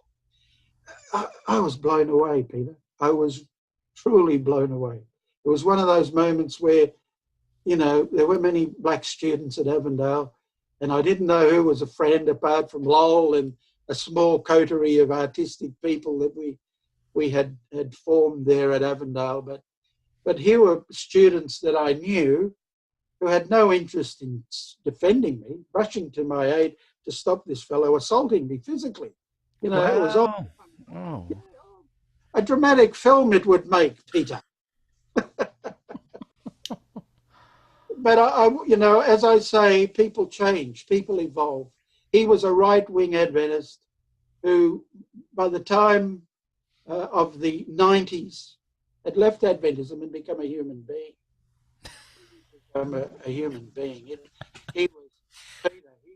He went from, preaching against potatoes in the diet. I mean, you've got to be right out there. When I met him in the early 70s, to being one of the anti-globalisation protesters down at the docks in Melbourne. Wow. In his older age. Transformation happens when you say, what happens to people? Transformation can happen. Don't you believe that? Yes. I've seen it. He was a guy who physically assaulted me for wanting to marry his daughter. We became great gospel friends, and then he overtook me in the protest stakes, because he'd ring me up, in my second marriage and say, "Come on, we're meeting down at, such and such. Are you going to join us?" And I was right in the 90s. I was right in the thick of my teaching, and I too was just thinking of my reputation and job security and all this, and what if I get arrested for being a protest?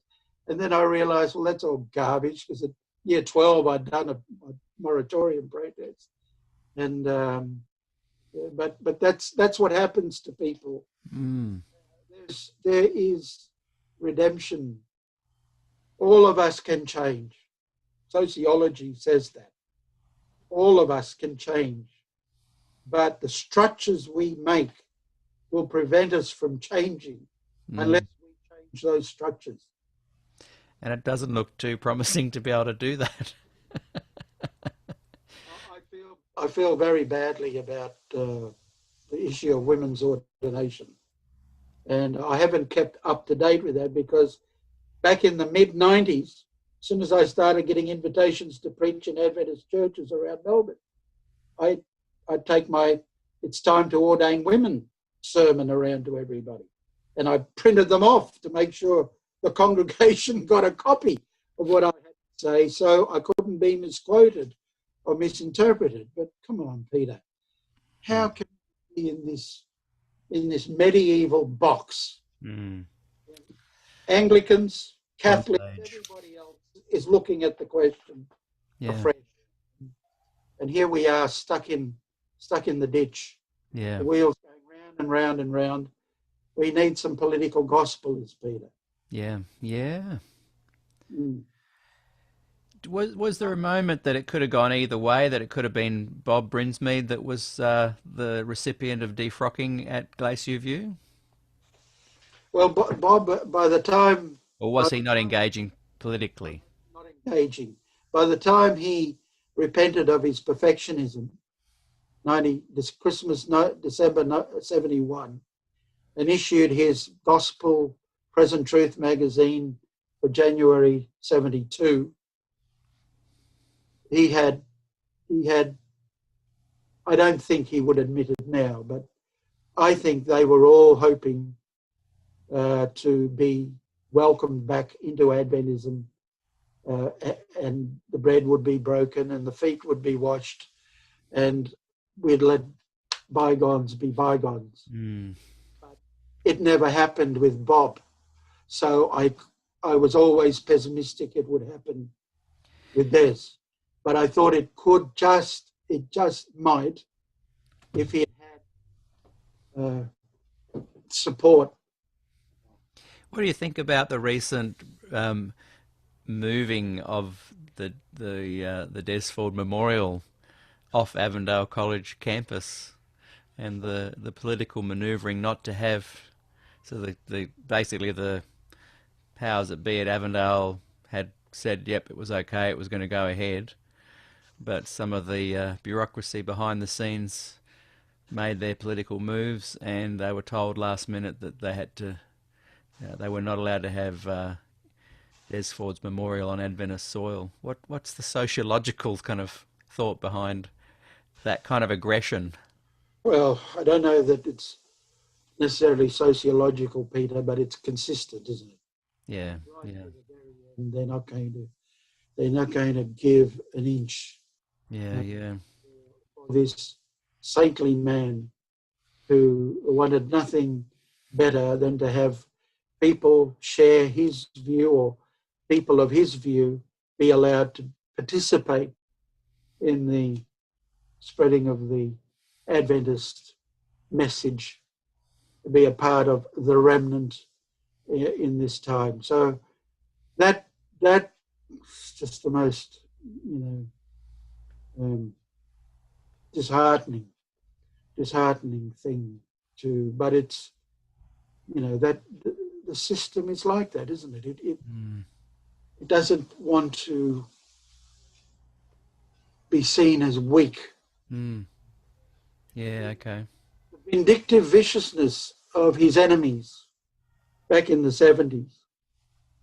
I used to get access to some of these are the brethren who were concerned.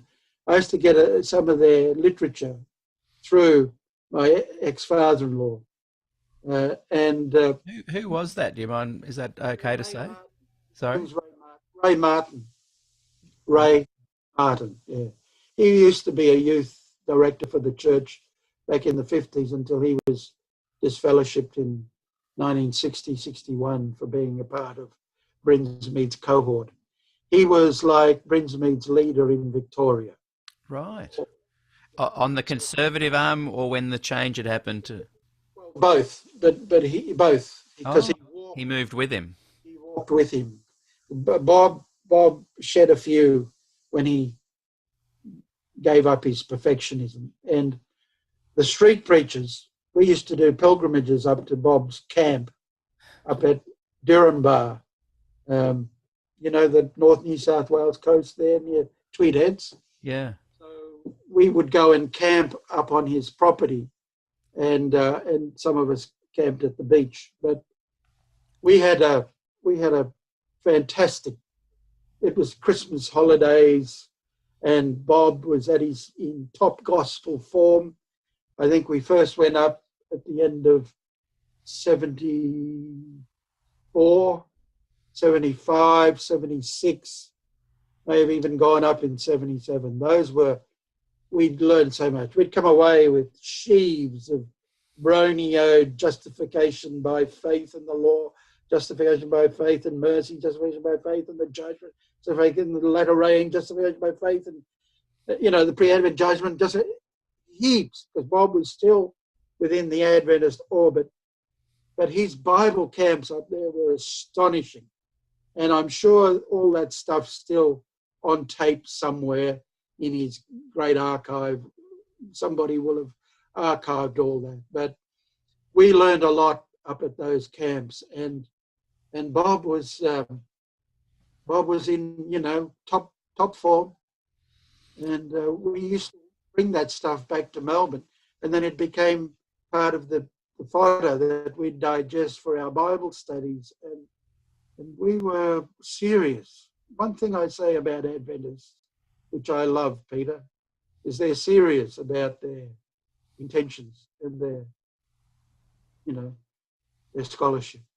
They really want to go. I mean, I'm talking about people I have met and known all my life here, that they really do want to be finishers of the work, or God's remnant church, faithful to the end, and so we live that out in all our different ways. But as street preachers, that's basically what I was doing. I saw that as just another expression of trying to do my bit for.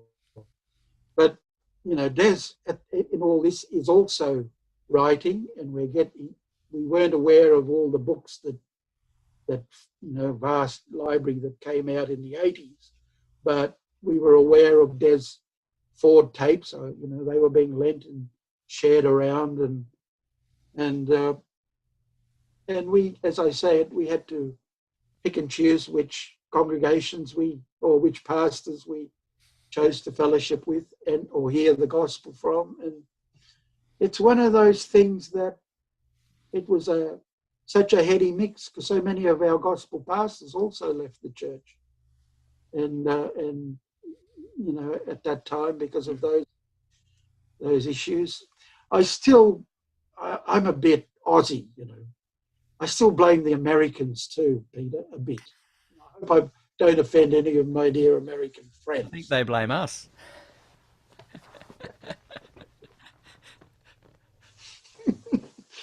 But I spent 24 years in the academy, right, in the university.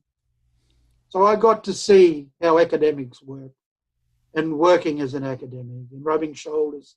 And I ended up with a very small group, 6 or 7 of us, 5 of us still meet, of academics, all sincere people. We weren't Marxists, we weren't secularists, we weren't trying to tear down Christian thought. We're all Christians. And we're working in a secular university. And I saw also that there were other groups in academia who were status seekers and, talk about plagiarism. I excuse Ellen White's plagiarism against the plagiarism of academics. We do it, people do it, not we, but people have done it today, or in my 24 years, that's inexcusable. When Ellen White's plagiarizing, and look, I don't have a photograph of her plagiarizing, and I reject the idea that she was a money-making plagiarist or a status-seeking plagiarist. Two main reasons that people plagiarize, right? To publish and make money, or to publish and increase their status. Ellen White fruits do not bear out that her plagiarism was in any sense her work in any deliberate, cynical sense. She allowed it and all that, but look, Monash appointed a vice-chancellor who was eventually sacked during my time for being a plagiarist. Wow. Exactly.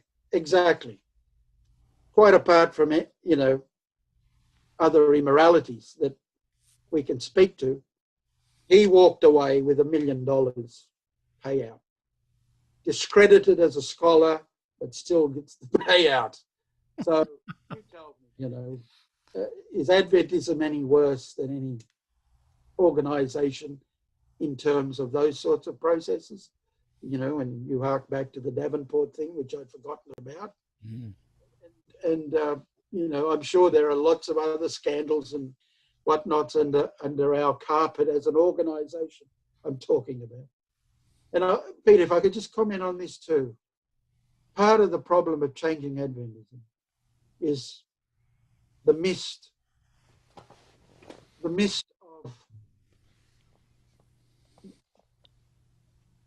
of holiness.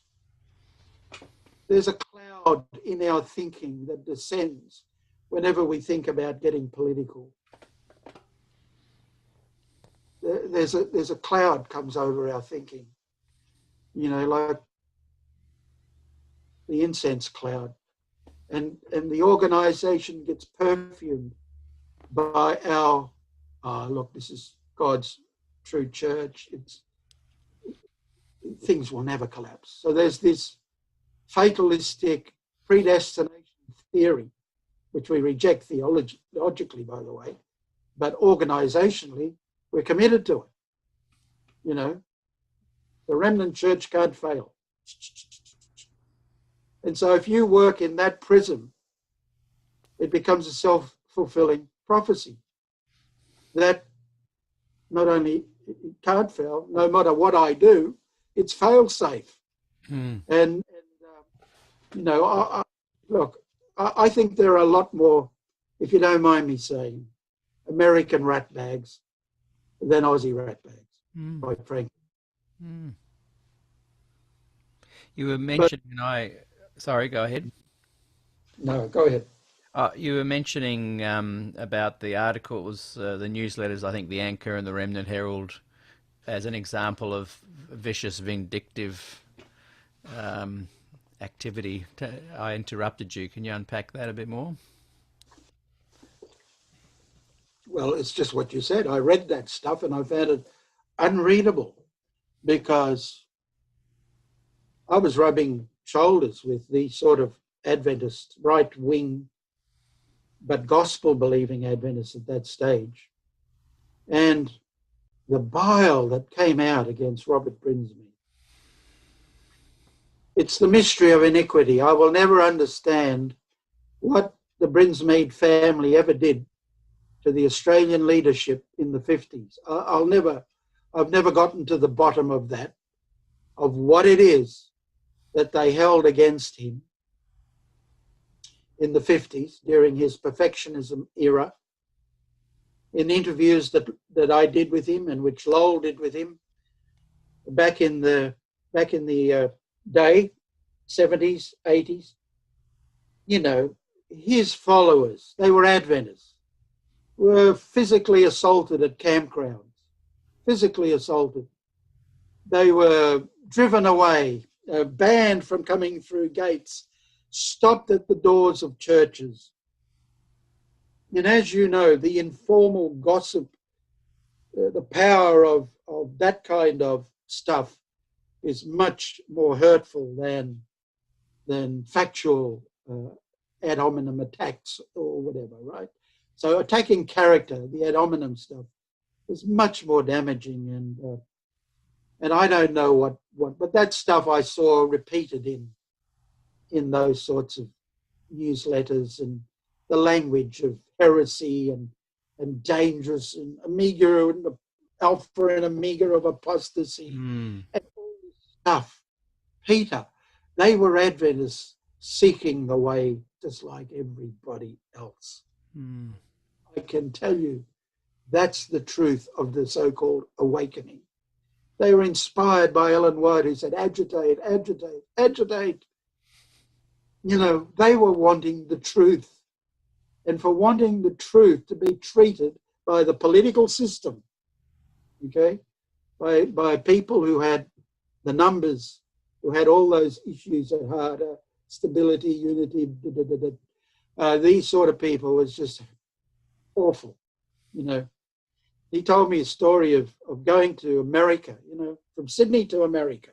What's that, a 15, 17-hour flight? He and his brother sat on one side in the plane for that journey. Across the aisle were the Adventist leaders sitting, and they never spoke to each other the entire 17 hours. This is Bob and his brother. Brother John on one side of the plane, and across the aisle were the church leaders going to a general conference meeting or something, and they never even looked up to acknowledge that destiny had put them together across, you know. So the steward's bringing the food and doing God's grace. What can I get you? What can I get you? And here is God's people, the most ungracious, refusing to talk to each other. You know, if Adventism does that to me, please send me to my grave, Peter. You know, put me away. That is an illustration of the kind of hardship they face. So when I studied them, you know, as I did for my bachelor's, I got interviews from, still on tape, hours of interviews from people who'd been in the perfectionist side, talking about the harassment and the violence, stuff you couldn't get away with today, undertaken by, you know, representatives of brethren who were concerned before they emerged as figures with an agenda against Des Ford. And what was one of the charges against Des Ford? One of the charges was stop your association with Princemead. Yes. He's dragging you down. He's corrupting you. Get away from these people, you know. What are we? Are we a pure race? I mean, what is that? What is that, Peter? Yeah, that's why I couldn't stay. I I admire you and your stand, and I understand it so much better now too. Well, I love you as a brother, no matter where you are, and I know I've followed you a little bit, and I know God is taking care of you, Peter, and your family. The feeling is mutual. Hey, let's just maybe finish with a few questions. Sure. Rick, I think in answer to what you had answered him, he says, thanks. It was Rob's study that stimulated my PhD research using Weber. Thank you, Rick. His MA is in the Avondale Research Centre. Peter, can I know I'll do your question, Yeah. No, you ask while I'm looking through. Can I just make mention of Arthur Patrick? Yes, yes.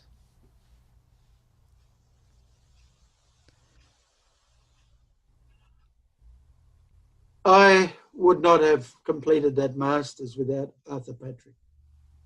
What a wonderful, he's another saint. Yeah. What a wonderful guy that he was. Like, talk about cognitive dissonance. Wow. And I asked him about all that, and because I'm in the secular university and he's in the sacred college, and we're talking, but he was such a lovely Christian gentleman who had no idea what my reception would be when I wrote to him and asked if I could come up and research Ellen White in his centre. Oh, well, in the centre that Yeah. he was a curator of in 1981, in 1982. Oh. He just said, please come up. And when I came up, thank you, Avondale, I stayed in the hall and went daily across to the research centre to take whatever he could give me. And in 1981, 82, Peter, I think you'll find there was no biography of Ellen White out. Because my first question to him was, is there an authoritative biography of Ellen White? And there wasn't. There were bits here, bits there, in this book, in that book. Christian Experience had a bit, but nobody, I'm sure scholars in America had done it, and maybe were sitting in PhD theses or something. But I had to compile, with his help, a timeline for my own use of Ellen White's life, just because I couldn't get one. So indirectly, it was you were also building a biography. Yeah.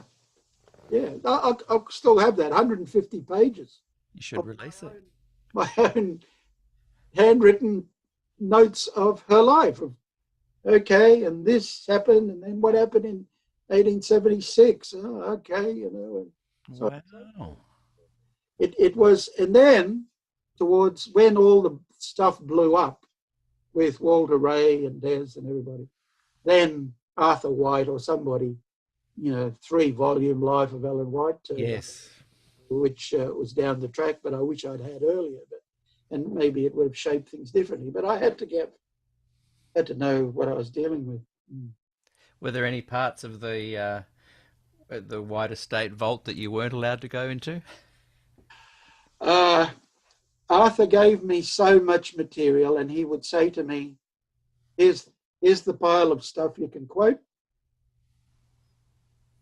and here's the pile of stuff you can't quote. Really? Or you can't reference.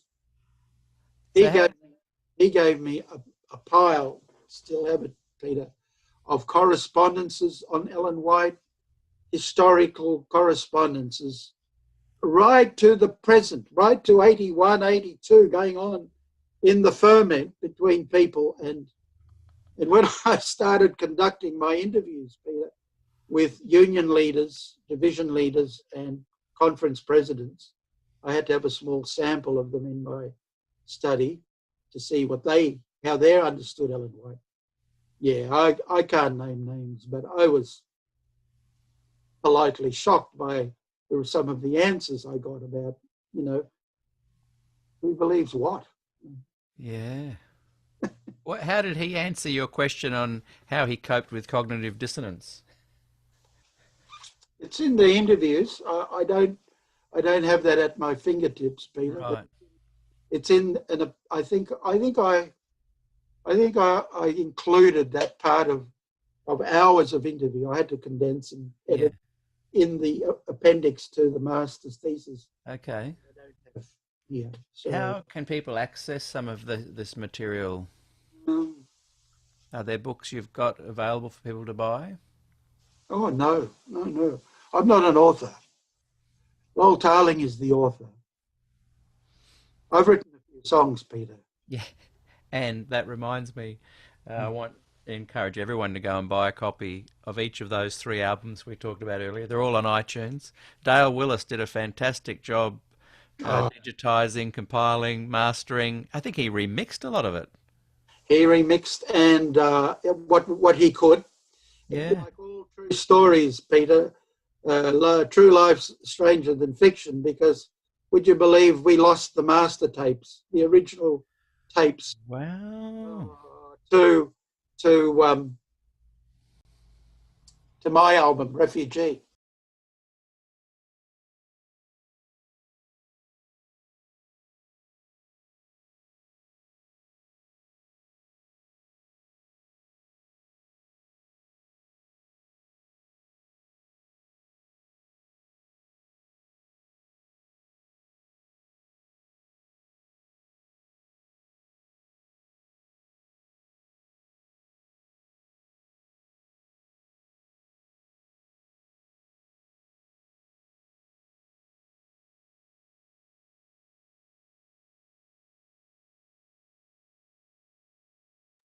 One of 3 boxes of original tapes. I don't know where the rest are. And so all we have is a 2-track, you'll understand, the 2-track, Reel. reel-to-reel final mix, ready to go to get pressed and all that, the 2-track. That's all we had of. There were two of those finals done.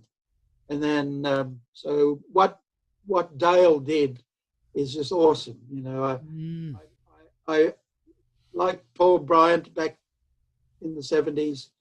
Dale, I owe also a great. Yeah, very talented man. He, I remember talking to him. I think he had the most flexibility in the remixing of Persecution Games, and he was telling me how much fun it was. He did a great job on that. Yeah. We were constrained by the budget. Yeah.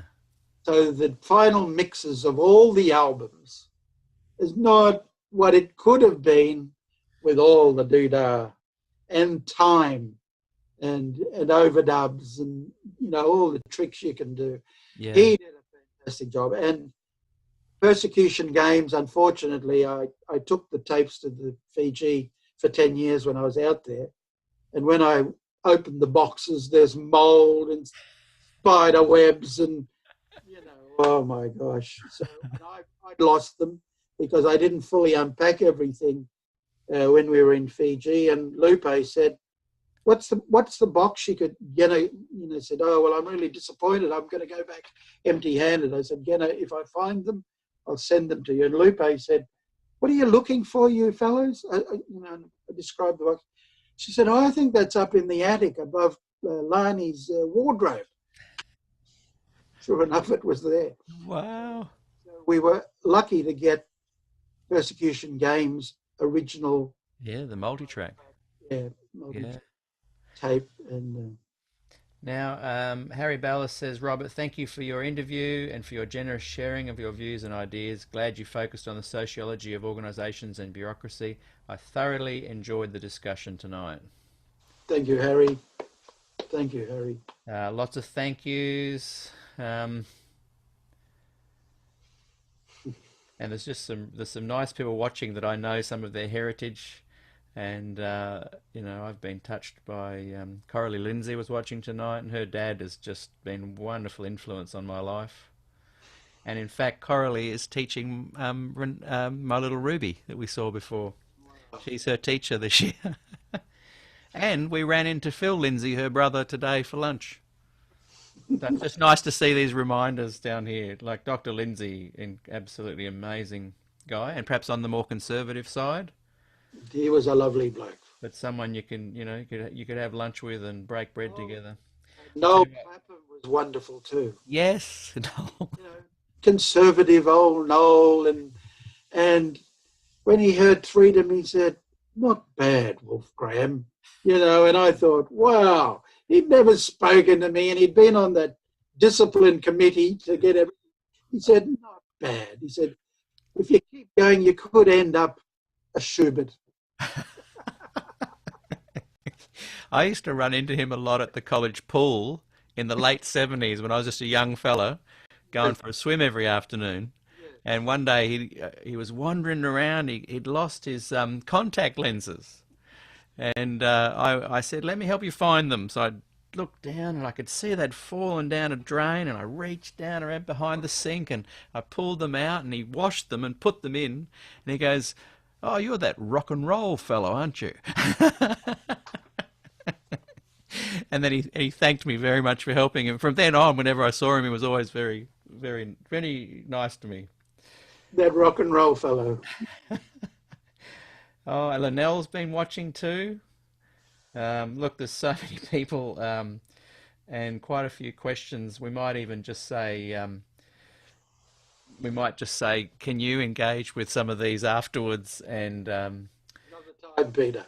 well, what I'm really excited about with the social media is that you can literally hop on later tonight if you want to, and go and just chat to some people that have written comments and things. Thank you. Mate, I've just had such a wonderful time. I can tick off one of my bucket lists, and that's to spend some time with Bob Wolfgramm and just have a conversation, and it's just been fantastic. Awesome. And Thank you for inviting me, Peter. it has just been a pleasure. And it's interesting. We're about to have a half-hour break or so, and those who have got the stamina, we're going to have a really interesting chat with Pastor John Den as well. So we invite people to go off and grab some food and come back and join us at 6:30, 45 minutes. So look, Bob, it's been fantastic. I'll look forward to crossing paths with you again. Coronavirus hug from here, Peter. To the elbow. Thank you, everyone. Thank you, everyone, for your comments. Thank you so much. See you, Bob.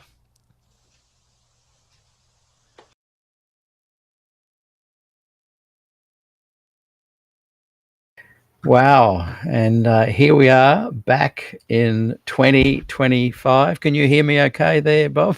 Yes, I can, Peter. That was fantastic. What a trip down memory lane. Yeah. And I was surprising how lucid and erudite I was with some of the questions I asked you back then. And I think you gave some really wonderful clarifying answers.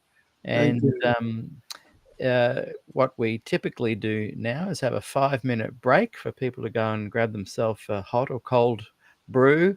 And then we'll just come back and have a brief chat. Gillian has been watching this whole time. And I wonder if you'd mind if we invite her on for a few minutes to share some of her thoughts of rewatching this as well. Season 2 had a huge impact on her as she was able to look back, and she might even have some questions for you as well. Is that all right if we do that? I mean to throw that. Peter, that's fine. What amazed me is that you still look like you look 5 years later, and I still look ridiculous, so No, and talk too much. Anyway. no, it was absolutely fantastic. A lot of these I haven't seen since in the 5 years. Right. And it's really interesting to see the trajectory of me in that sense of what I've been through in the last 5 years, continuing on with these interviews. And it's been a really wonderful growth experience, actually. Marvelous.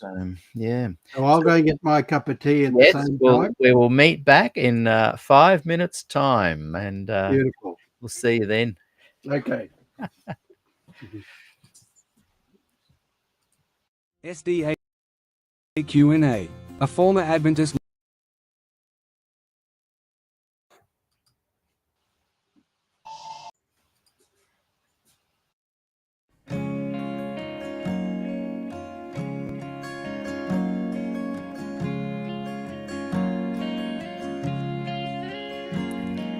You love me so much more than I could ever know. Your love is deeper than this world will ever show. and all of life's beauty shines around this moment now. The sky and the cliffs, they seem to change my life somehow. And I will never be the same, will never be the same. Whoa, whoa, whoa, I will never be the same, never be the same ever again. Well, here I am waiting, Lord, my life is just for you. Please unfold all the plans that you would have me do. And if all the world's just a breath and nothing's here to stay, and all of the love we feel will save us anyway. And I will never be the same, will never be the same. Whoa, whoa, whoa, I will never be the same, will never be the same ever again.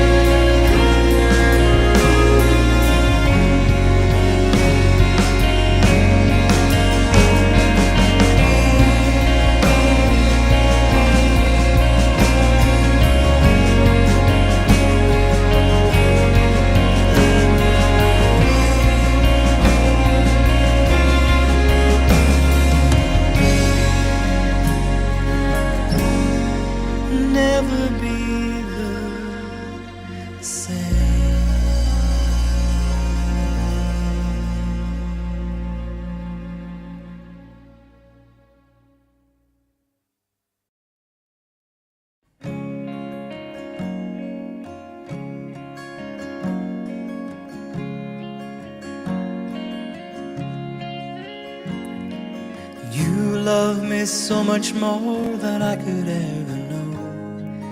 Your love is deeper than this world will ever show. And all of life's beauty shines around this moment now. The sky and the cliffs, they seem to change my life somehow. And I will never be the same, will never be the same.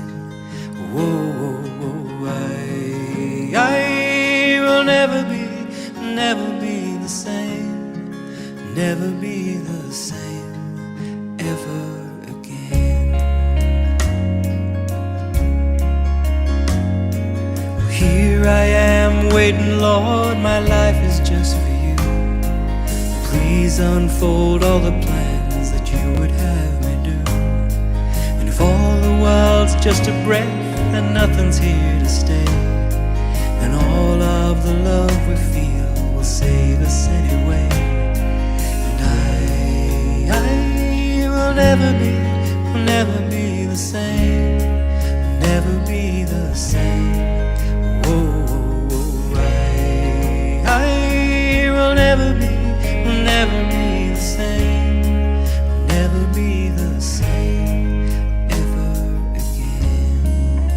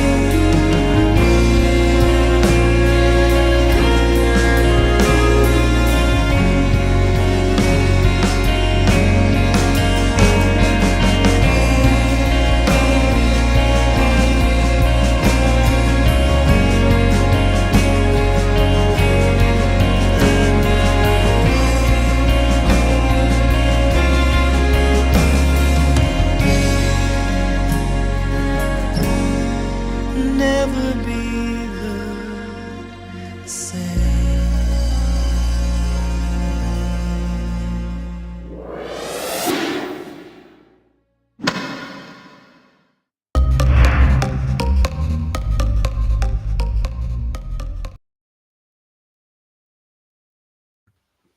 Hello and welcome back to SDAQ&A.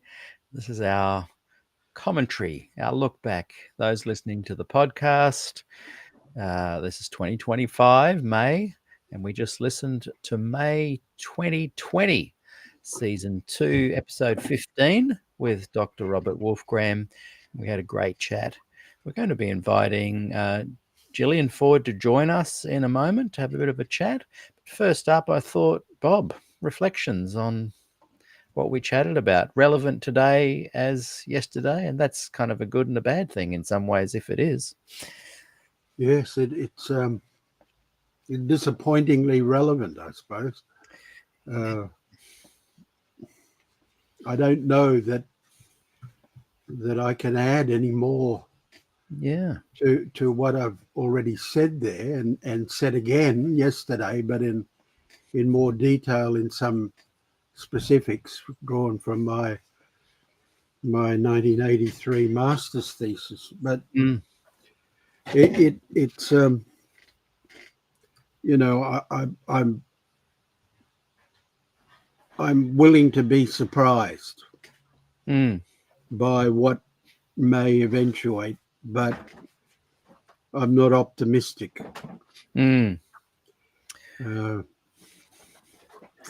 Those watching now, and those listening on the podcast, season 13, episode 37. If you want to check out what Bob and I were just talking about yesterday, we had a discussion about Bob's work that he did for his masters, and I highly recommend those who are interested in this kind of Adventist history, politics, anthropology, the sociological perspective. Mm. It's a really great interview. Mm. And in some ways, it's even more sobering because that was done in the mid to late 80s, was it? That Early 80s. early 80s. So we're looking at 81, 82, I did my field work. I wrote field work and wrote it up in the second half of 82. yeah, You were given 2 years in those days to To do it. complete a master's degree. And I did it through Monash, where I ended up teaching. yeah, But it didn't go anywhere because I put a embargo on it in the library. I sent Arthur Patrick a copy because I promised him I would send him a copy. mm, And he put that copy, I think, in the White Estate or in the library up there at Avondale. right, But I was worried. It's hard to believe now, Peter, but back in those years, I didn't want to threaten anybody's job by mm, revealing them. I couldn't really code their or make anonymous their being a source of information for me. mm, And I kept everybody's name, from what I remember, as is. yeah, okay, And so I thought, if somebody hears about what I've done, and feelings were pretty polarized back then. yeah, yeah, People were very politicized, and you sort of looked at your fellow Adventist at the time as if they could be a spy or yes, a dobber, as the Aussies like to so say, yeah, dobber.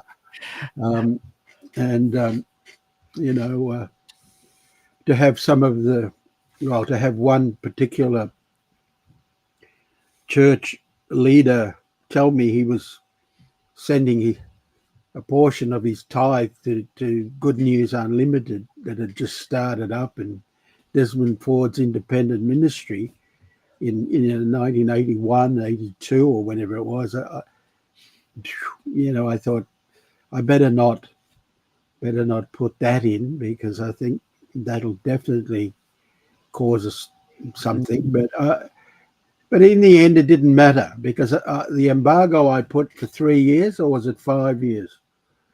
And basically it said to the library, if anybody comes wanting to borrow this thesis, you have to notify me first, and I have to give permission right, for the thesis to be borrowed. And by 3-5 years later, it didn't matter anyway, because things had moved on, and we were really and truly in the doldrums as far as Adventist gospel was concerned. yes, And by the time of the 90s, the pastor at Frankston that I referred to, he I believe, I just heard recently, he's retired, I think. mm, But he was a gospel pastor in the church in the early 90s. And I remember it was kind of, a secret handshake yeah, sort of relationship. We never discussed things openly and theologically. And he told me at the time he was having trouble with the doctrine of the Trinity. And I said, I understand fully, because that's not an Adventist problem. Despite, in our small echo chamber, whenever a theological issue arises, we tend to think it's the alpha and omega of apostasy that's been designed by Satan to bring down the remnant in the last days, when in fact it's a crisis in Christian thinking, and has been a source of contention right through until Emperor Constantine's heir, I think, put a rule through it and said, right, from now on the church is going to be Trinitarian. yeah, So that's how unresolved it is in wider Christianity. As well, yeah. Yeah, and it's still unresolved to this day. I read books out on Bible research, building up a little library of them, and people are still arguing about. So in that era, it was very contentious, to even mention gospel issues, and so I don't know, are we cowards, Peter? Are we cowards? I feel like at the time, no, and I feel like at the moment now, as we mentioned yesterday, a lot of these academic revisionist scholars are attempting, it appears, with this new book, Reclaiming the Prophet, to somehow embrace and unite and speak up on, hey, that's what you speak of, Ted Wilson, is not our Adventism. And I think it's still a bit weak. So I have the one side of me that is totally accepting of people going, hey, my church is great. I love the haystacks. I'm treated really well. I feel like I've got a home. Fine. I've got no problem with that. And my only summation and sobering thought is that MA that you did, the master's, that in some ways hasn't seen the light of day as much as it should have. Thank you. And then you and I watching back our 5-year ago interview, and you and I discussing yesterday the revisionist kind of discussing your MA essentially. I'm really just offering up a thought that to those who have stayed, who love the gospel Adventist version that is cultural but also theological to a degree, and it has quite a good placing of Ellen White, pointing out from my humble perspective that for some reason here you guys are 45 years later, and what you speak of as being camaraderie, a special message, the thing I embraced also, is about to be extinguished. So what you guys do, and I'm using people on the podcast, I'm inverted commas, what you guys do next, I think, is going to decide whether the gospel Adventists are weak and wussy, or if they are able to rescue this, what I often call gem of Adventism. So I'm not saying it in a sort of judgmental way. I'm just observing that it is something that obviously, when I speak to all of the gospel Adventist guys, the academics and scholars, there is something special there that unites you guys, and that united me and gave me hope. But I went from feeling, I can fully understand why you guys were quiet back then, to if you guys continue to be quiet now, right, it's wussy and weak, and that would be my judgment of it.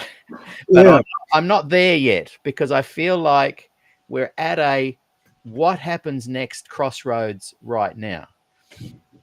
Interesting, very interesting, Peter. I don't know the answer to the question, and perhaps we are approaching another moment, another moment. And if that is so, I'm certainly not a soldier on the front line like Uriah. Is it Uriah? I'm back home in bed with my wife. To use a Davidian metaphor. There are other soldiers at the front line now, and it's up to them as to whether they can see what needs to be done, and then, having seen what needs to be done, whether they have the courage or the energy to stand up and do what needs to be done. Yes. I'm approaching, I'm 72. I'll be 73 in a couple of months. And as I said to you yesterday, I don't know how many more years I've got, but certainly if I can help push from behind, push the barrow along, that's why I'm here talking to you. Exactly. Yes. And I feel like that combined with your music legacy, that you can be at home and not do anything about that. It is there. It is available. It can bring refreshing contact with anyone that listens to it. And I also feel that along with the music and the creative input that it's there, it's manifested already. You also have some really great insights, for example, in the manuscript of your master's degree, that I would love to see get out there. And some of your recordings, like that one that you mentioned with Ron Numbers, I would love to help get that out there. You can Thank see you. 5 years ago, I was excited then as I am now to get that material out there. Thank you. And in some ways, you and I are in a similar position. I'm winding down. I'm taking life a lot more easy. And I don't have a barrow to push with this. I'm simply going, I've got a platform.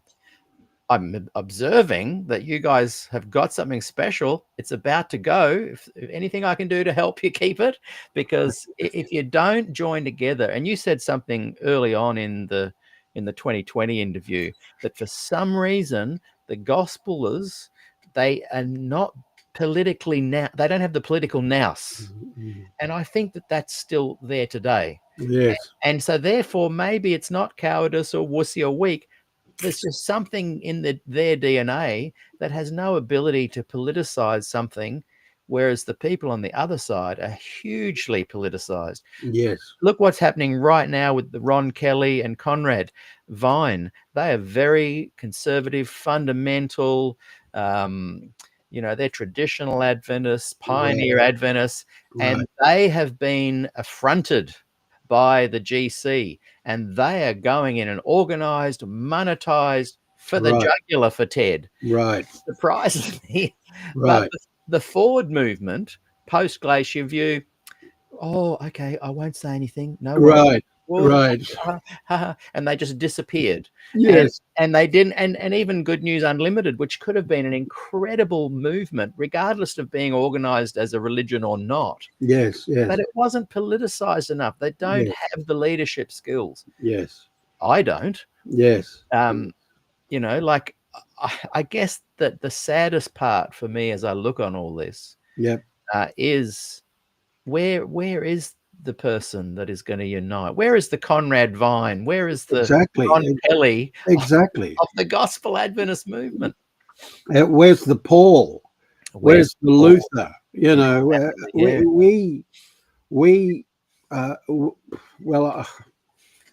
And you guys had that with Des.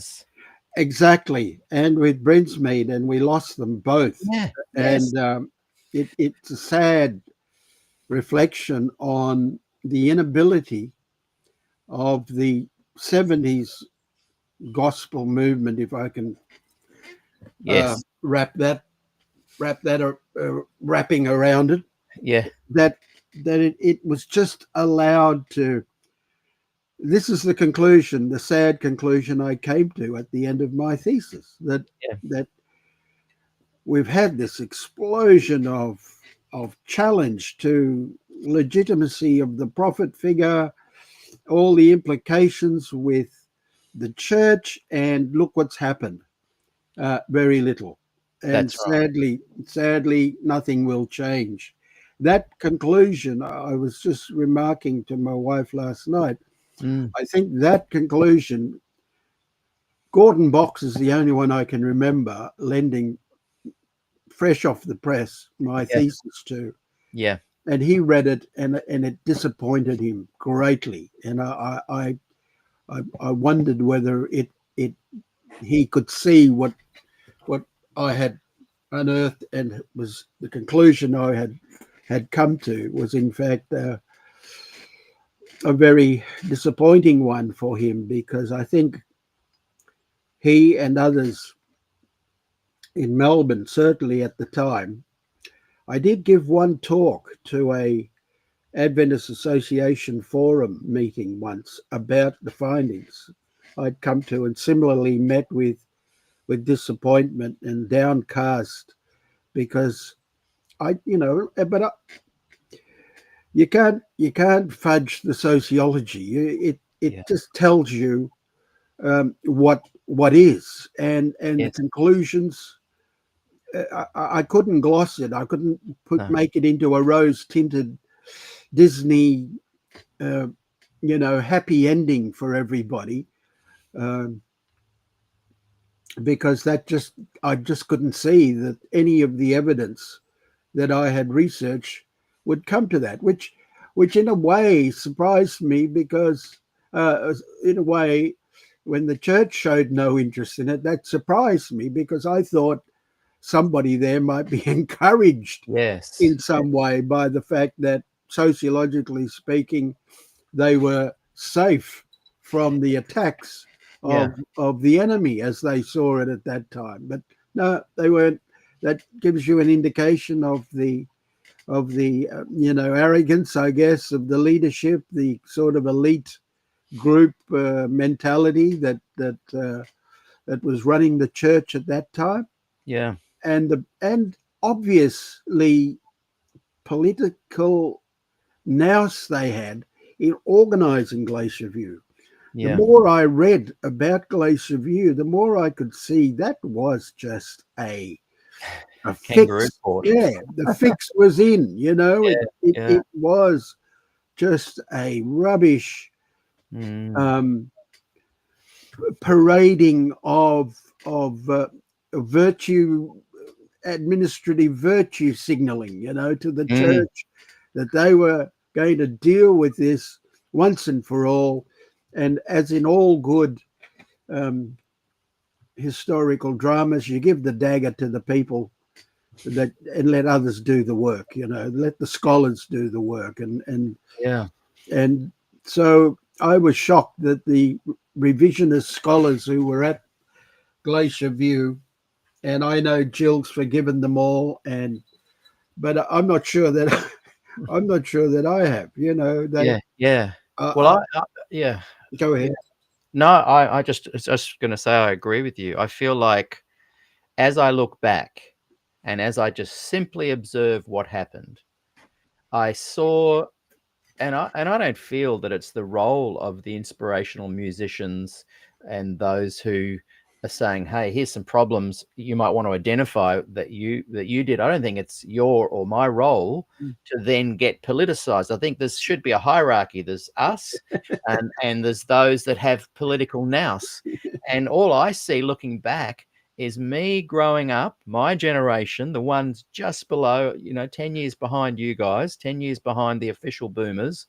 All I saw is you guys leave in one way or another, no political support for what we were doing. A lot of people who stayed went all wussy and quiet. And I gave 40 years of my life trying to infuse week after week after week this gospel notion. And all I was ever told was I was wheeled out to show that, to create a bit of controversy, and then had no follow-up support from these youth pastors that allegedly were doing me a favor. And it sounds bitter or frustrated. No, I'm just observing that, wow, these guys lost an opportunity. If you can't make some progress with someone like a Brinsmead or a Des Ford, if you can't follow that up with the kind of music, the kind of inspiration you were offering, my input, hundreds of other people desiring for the change, if you can't follow that up with any kind of political nous or organization monetized, it's never going to happen. And Jan Paulsen was the last potential hope in my mind. And at the no vote, and he was booed, and Ted Wilson's back in again. That's when I thought, nah, I'm out of here. Right. So yeah, I was like your Gordon Boxers and all these other guys that left. Because I wasn't getting the salve that you were getting from your local church. I was getting nice haystacks, and I was getting, some friendships, of course, deep friendship. I had great grassroots connection with people that loved my music. I was pretty happy. But when I realized that I couldn't raise my girls in a place that respected them as women, and they could be the GC president if they wanted to. Right. Even in our union here, Right. of the 23 jobs available a couple of years ago, only 10 were available to women of the 23. And I just thought, I didn't even have a discouraged feeling or frustrated. That's kind of come a bit later. But at the time, I just thought, nah, it's not going to change. Yes. What do you do if you realize it's not going to change? And that affected my narrative. Sure. Yes, I hear you, Peter. And I'm sure there are parallel stories by many of our friends who also were affected the same way. I mean, the heat of the times, Yes. late 70s, early 80s, it's indescribable. I can't even share it with friends at church because I don't get they're it. another generation and they have no idea. They've been born since all of that, and that happened. Pardon me. Our church did that. Yes, it did do that, and well, one of the saddest chapters, I think, in my life, because I wrote a little history of the street preachers. Right. 5,000 word essay, and way back 30 years ago, just before all that history would be forgotten, to make sure. So I interviewed. I had interviewed them at the end of the 70s individually, which I'm glad I did, Peter. It's one of those. I've still got the cassettes, and I still have their stories of how they became Christians through street preaching and what street preaching meant to them, and what we did as street preachers between 1970 and 77, basically, those 7 years as a group. But, all the time through those years, the church resented. Yes. The church officialdom resented what we were doing. Yes. And There you have it. People in the pews thought we were just a bunch of hippie antinomian, is the theological word, antinomian freeloaders, that would turn up for soup and buns at various churches. And they didn't realize how serious we were and how much in love with it we were. That's how right. much we were willing to give, That's right, and we'd invite them to come street preaching so they could see for themselves, but that was regarded as below them. The idea of no, Sunday nights, Saturday nights are reserved for, I don't know, but a core of those street preaching people are still friends, and we have maintained our friendship despite the fact that street preaching died at the end of 77, 78, and for us, but it was that group I was referring to in the talk 5 years ago who we had so much energy, and they were the group that, having been turned down by the Adventist Media Centre, they said, well, we'll fund it. Let's just go for it. Go and find out what you need to do and tell us how much. And so as the news came along every week, as I did things and got things, found out about stuff, they would say, all right, let's take up the collection. And, after a Bible study, I remember we ran out of money on doing Sally's album. So I needed another $500 to finish it. So it started with 1,000. I mean, these figures are ridiculous now, as you know. recording is Yeah. such a expensive fine art now. But Yeah. back in those days, that was the going rate that we could get with Paul Bryant's studio, and we got a lot done, but we needed another $500 to do the mixing. Right. So the basic 1,000 had paid for the recording and the musos and lunch and accessories and whatever not else we needed to get them. And then, they coughed it up. And Yeah. and the energy. But what I concluded at the end of my little essay, which is what long-windedly getting to, is that the church missed an opportunity Yeah. to wrap its arms around this group of people. We kicked off the Nunawading campground, because they didn't like the acoustic guitars music we were playing in our tents, or the blues harp that they could hear coming from Colin Mack's, in the tent. And this might have a evil influence on the young women and men of Melbourne Adventism in 1971 or 2 or 3. They made us so unwelcome, and yet here we were constantly knocking on the door. Yeah. When we met people in the street, where did we direct them to? We didn't direct them to the Lutheran church. We directed the Adventist church. Well, Hey? What you're saying is almost the exact template that we started running with in 82, Right. 81, Right. and tried for the next 10 years and had the exact same, like you said earlier, that was your turn. Yeah. And I think what I'm realizing is, as I mentioned in our first interview, 2020, that, Rolling Stone magazine has this ability to keep all its past creatives alive and current in people's minds. But in the Adventist church, it has an incredible ability to veto and censor.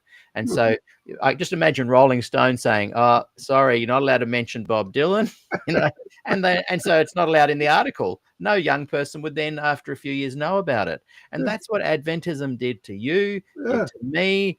And I then saw that cycle of your cycle, my cycle, other people coming along. I just saw that repeating and repeating and repeating.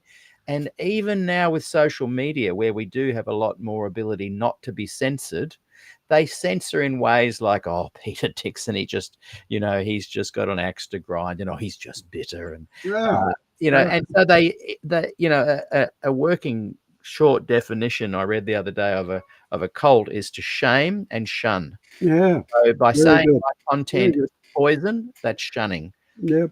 By saying, "Oh, he's just got he's a tool of Satan, or he's just bitter," that's shaming. Yeah. Adventists are good at doing that. We mentioned this yesterday. Yeah. And I just get, I'm just like, well, Yeah.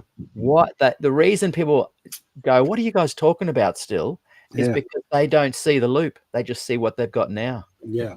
I was interviewed the other day by a young pastor. He must be 42 maybe. Right. And he's still in that, he's been given it a real hard shot for 10 years with his music and his ministry. He's an ordained pastor, and he can't even begin to grasp that he's about to be shut down because his music getting more contemporary and his ideas are a little bit more out there. And, hey, the seal of God is the Holy Spirit, not the Sabbath. And I'm going, dude, you're just about to find out what I'm talking about.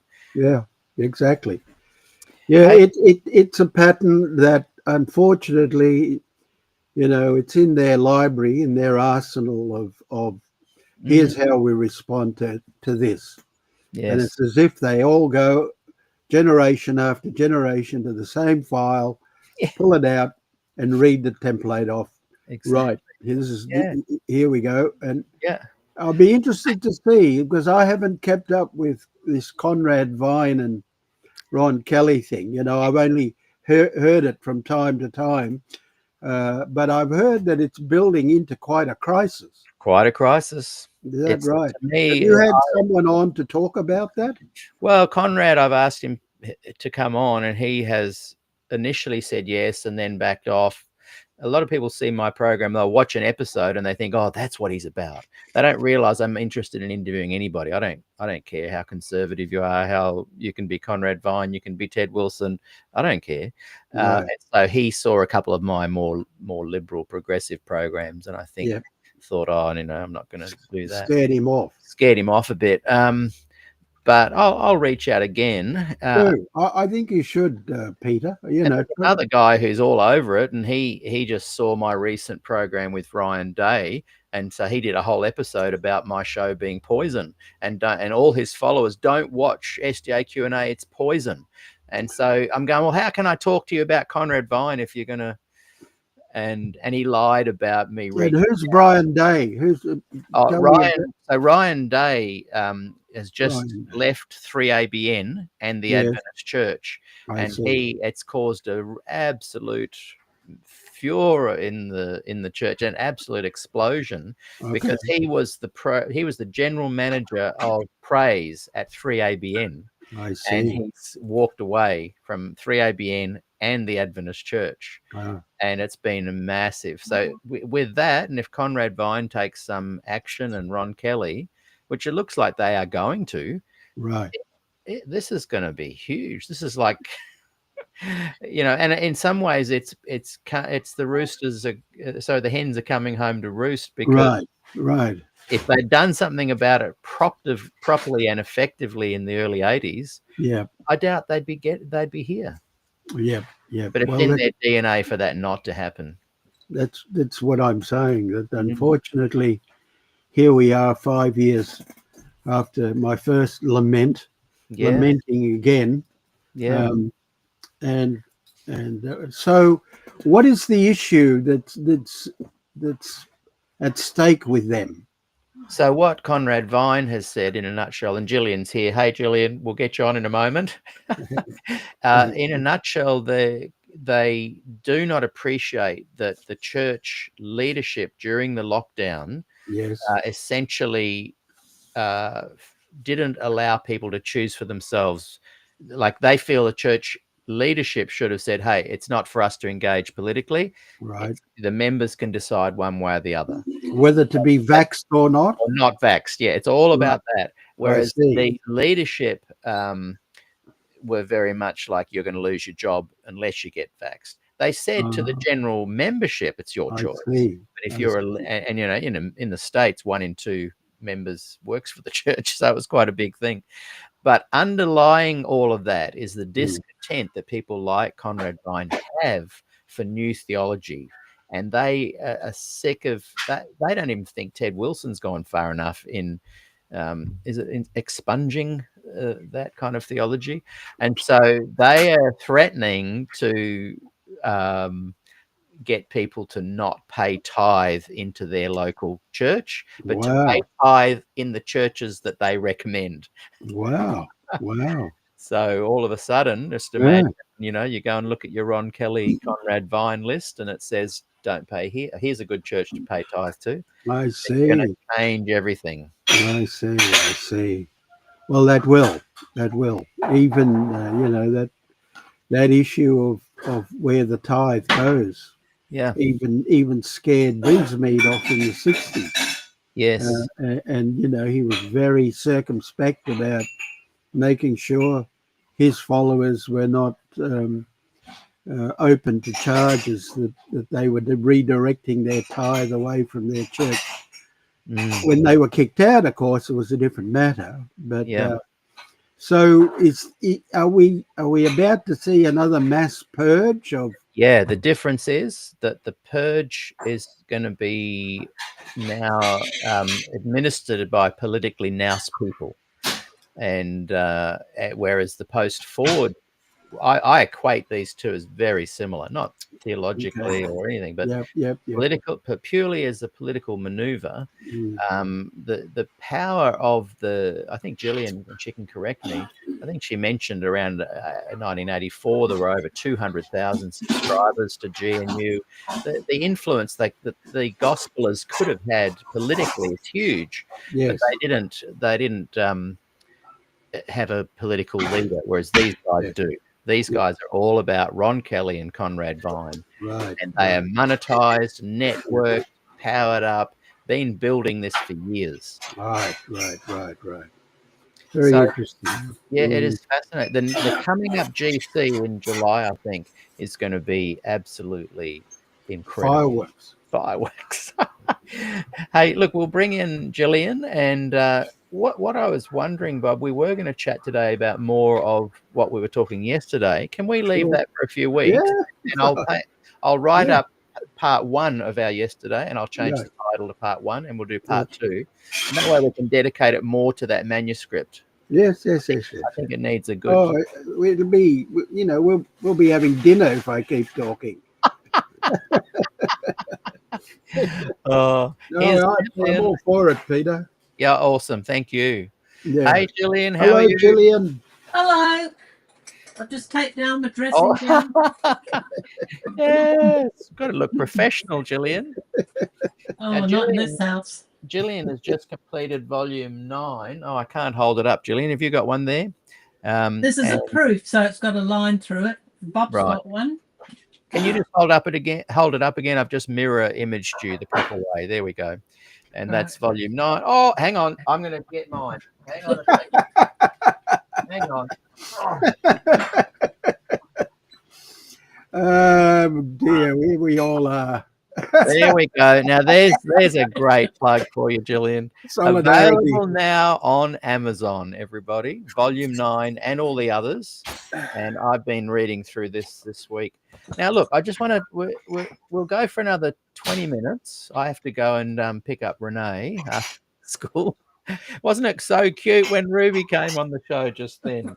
Oh, little tooth missing. She was only 6 at the time. Awesome. So anyway, and she's literally outside now playing. So we should get her in again. So I just want to go back to Glacier View. And Bob, we didn't really talk about it in our 2020 interview. But when you heard the news of what had happened, what feelings did you experience after that? And then, Gillian, let's chat a little bit about your thoughts on what you've just watched back. Well, I felt as if the Titanic had just hit an iceberg. I wasn't on the Titanic, but I just that feeling, sinking feeling that, kind of an oh no moment in the way that getting up and watching two jets crash into twin towers. We're just hearing the background of the crashing at the same time. I can go and get a few pots and throw them around as well. Perfectly timed. The Titanic crashed. Sound effects by Lupe. Sorry. Sound effects. Hi, Lupe. Yeah. They're saying hello, Lupe. Hi. So yeah, there was a sinking feeling, but I'd done enough sociology to not be totally shocked by that kind of strategic execution action which happened in August. Was it, Jill? August 1980. And when were the Chamberlains? Was that also August? It was a month later, was it, or somewhere? Yeah, that sounds right. Yeah, somewhere around there. And that compacting, double crisis was like, I think we were all traumatized by that. The churches with Lindy Chamberlain in art class in 1981. We were literally a meter apart, 4 or 5 hours a week. So I got to know her really well immediately after this whole thing went down. Gee, wow. And it did take focus off of Glacier View. Yes. And so it felt like Glacier View started kicking in again around 82. Yes, this internal and external crisis. This, if I can just mention this very quickly, I was having lunch in the staff room at Caulfield campus of what is now Monash. And my head of department, a very wonderful man, gay man, urbane, very knowledgeable about all kinds of minority issues. And we used to have lunch together at the same time. And this just shows you how unknown Adventism was in 1980 to the average secular academic, in his case, who, and we're normally ahead of the news and know stuff. And he's chewing on his sandwich and he says, "Now, Robert, you're a Seventh-day Adventist background, aren't you?" I said, "Yes." He said, tell me, tell me straight. There's no possibility that you people or a group of you go off and sacrifice children in the desert. Right. This is the head of my department asking me in all seriousness whether the Chamberlains, as Adventists, could possibly have done this thing as part of some quirky subcult within the cult, what was for him the cult, And I had to explain to him, mate, we're Weet-Bix. We're white bread every morning in the toaster. We don't even drink coffee. And he had a good laugh and saw them. And then he was assured that the media sensationalism, which was focusing the Australian public's attention on that case. I was contacted by a journalist from the Sydney Daily Telegraph. He wanted to run a big story on the Chamberlains, but Lowell had told him that I think Lowell, I hope I'm not dobbing you in there, Lowell, doesn't matter, but he'd heard that I had done this research on Des Ford and Adventism and the crisis that had happened in recent months or whatever it was. And so he flew down to Melbourne and interviewed me. I spent a day together in which I shared my findings from my research before I'd even put it out there. And before I'd finished my thesis. And he was going, "Oh, wow. And then he ran the story. He sent it to me. It was a double spread crisis in the Chamberlains Church, but it was all about the Ford crisis. But the only way that they could sell it to the Australian media, my research, which I was grateful for, not that anybody read it, but that's the headline, crisis in the Chamberlains Church, and then there's a picture of the Chamberlains, picture of Des Ford, Wow. So they linked the two together. Yes, just to sell newspapers, So do you have a copy of that, Bob? I wish I did. I did have it for years, and I haven't found it since, Jill. It's another one. If you give me the rough date and the name of the paper, I'll see if I can find it. Yeah. Okay, I will try and do that for you. I'll give it some thought as to exactly for volume 10. Yes, because I've got Lowell, a couple of newspaper things. You've seen Lowell's summary of the Azaria case for Rolling Stone magazine. Yes. Have you seen that? That was out back then, wasn't it? That came Probably out not. after, and he made reference to the article that I'm talking about. Okay. Yeah, so I'll get that. I've still got my Rolling Stone copies issues, so I'll look through those, find Lowell's front page article. I think it's called Azaria's something or other, Azaria's Rock. But I'll get that article out and I'll find, because he actually mentions the date, the newspaper, and quotes from the article. Oh, okay. In his, Okay. so I will do that, but probably Because not we today. were in America, so I got the American papers. Right. I'll make a note of it, Jill, and I'll get back to you. If not on the weekend, early next week. I'm making a note as well. Yeah. So, Gillian, what were your thoughts on just watching back there. We touched on lots of topics, but kept coming back to Des Ford and Glacier View and the impact that had, and the potential Luther moment that the church was given, an opportunity that they didn't run with, and the political, no one to help run politically. I'm interested in your thoughts on that.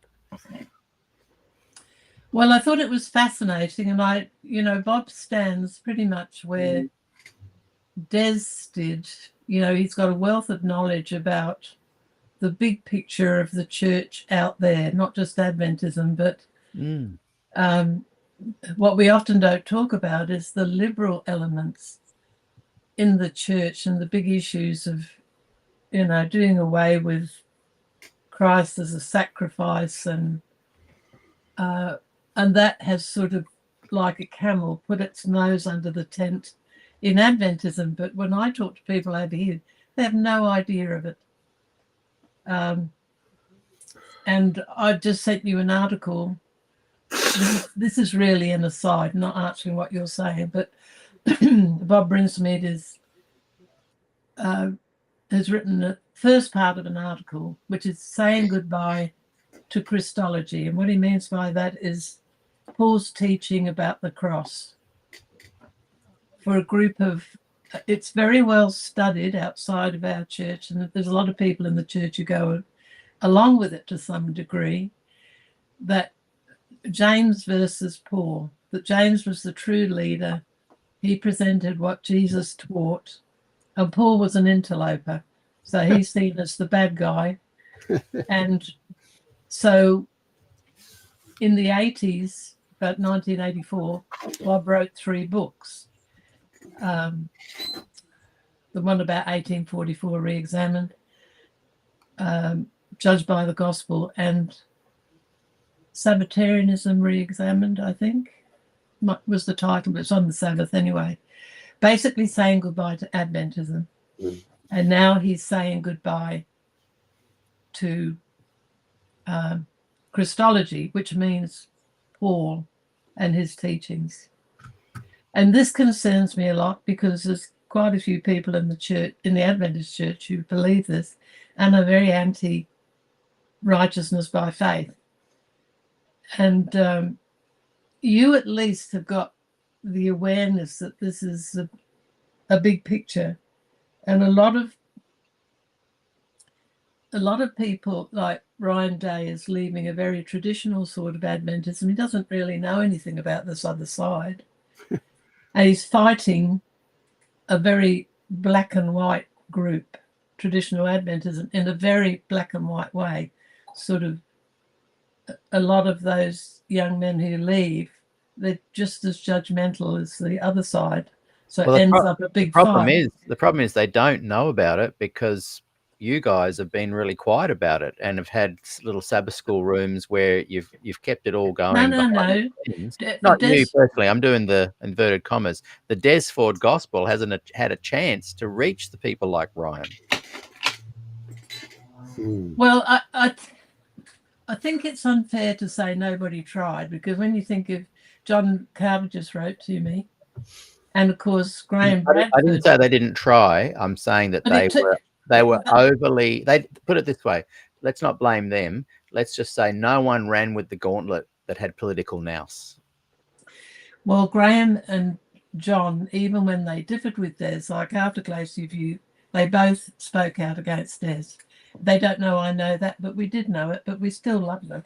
Didn't make any difference. But they both told us it took them 15 years to catch up. And they used to come and visit us wherever we were. But when we came back here, John and Graham would come up trying to outdo each other and being very ultra bold. So it took a long time for people to catch up about 1844.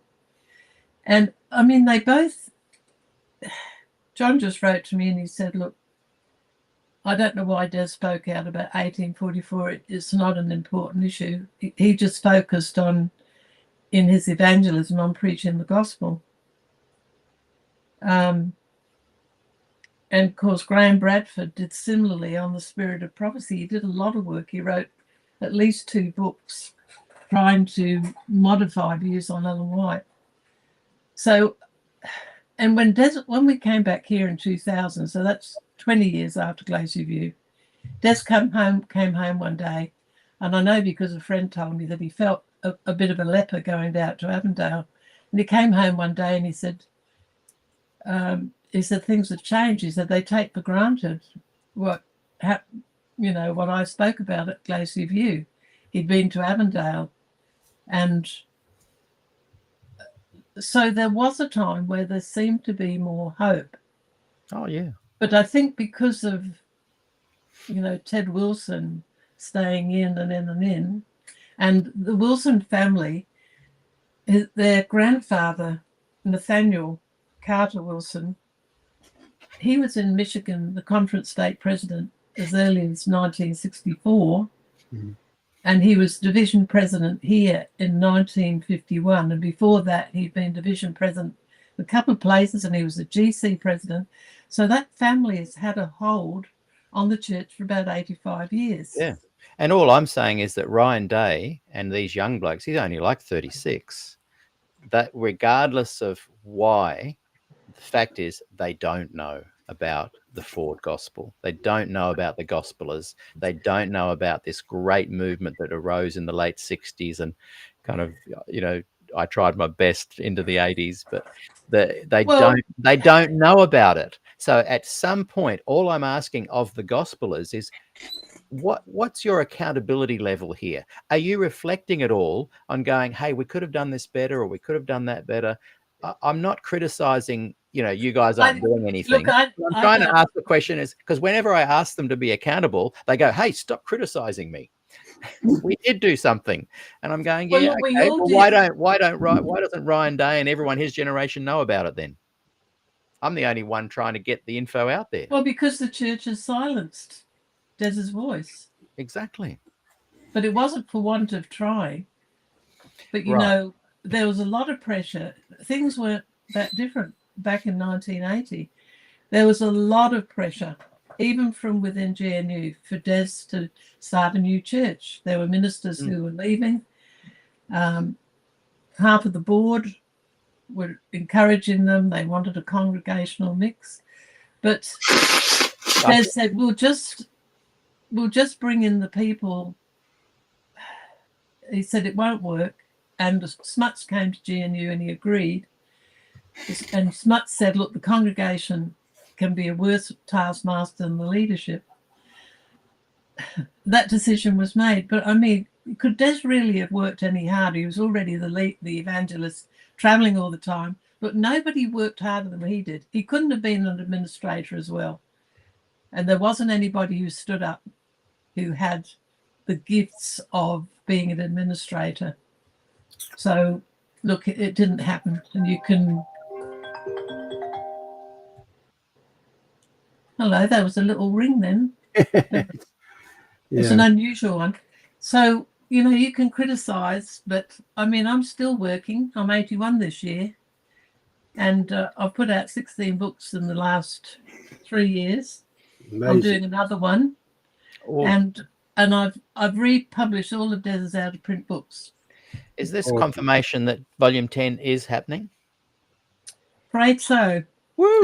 I'm particularly sorry for me, but it's going to be a very interesting one. I cannot wait. It started usually somebody does something and then I know that I'm going to do it. This time it was Harry Ballas. When I found out that he'd interviewed Des and that's never been published, I said to him, if you will let me have that and give me permission to publish it, I'll do volume 10.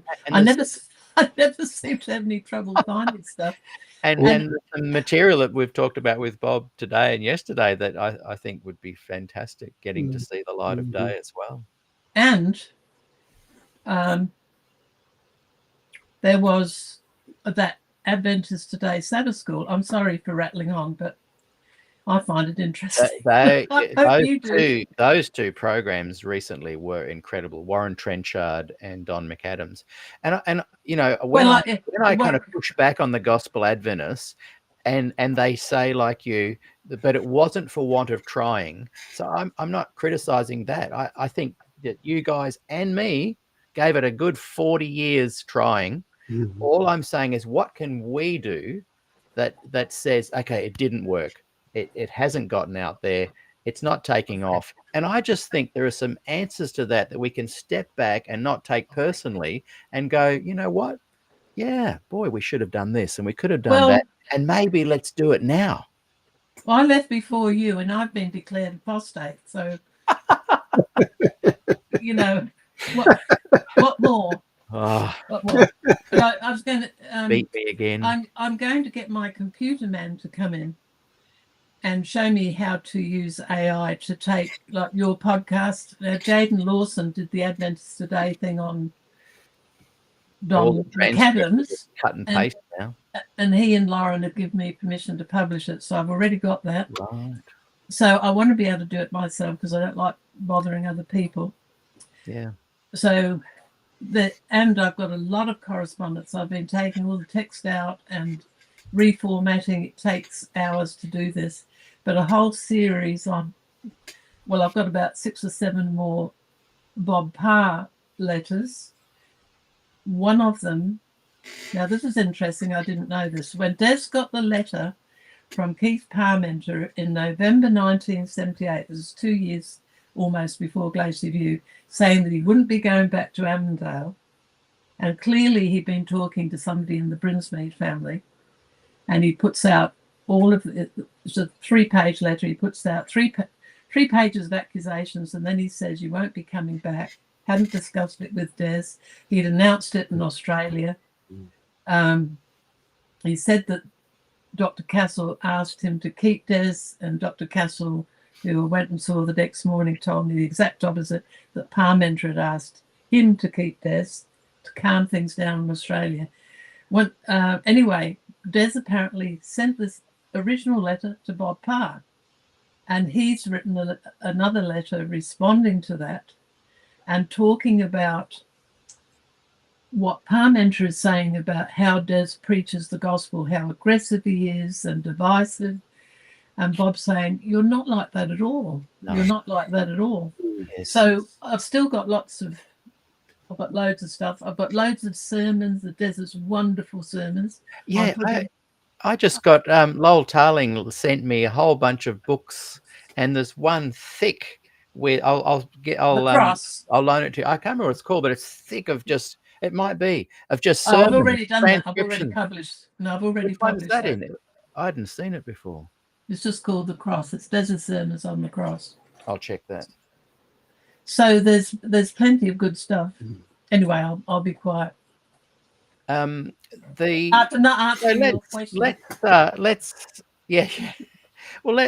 let me put it to you. Let's put the Gospel Adventist, the Progressive Adventist, the Revisionist aside for a moment, and I'd love you to, just for maybe 5 minutes each, that what pops into your mind, if you were analysing your play, what you did in the 80s, how it could have been done better, so people like Ryan Day know all about it. Like Ryan, you know, he's just discovering so much stuff now, and he's really thankful. He's watching today, I'm pretty sure.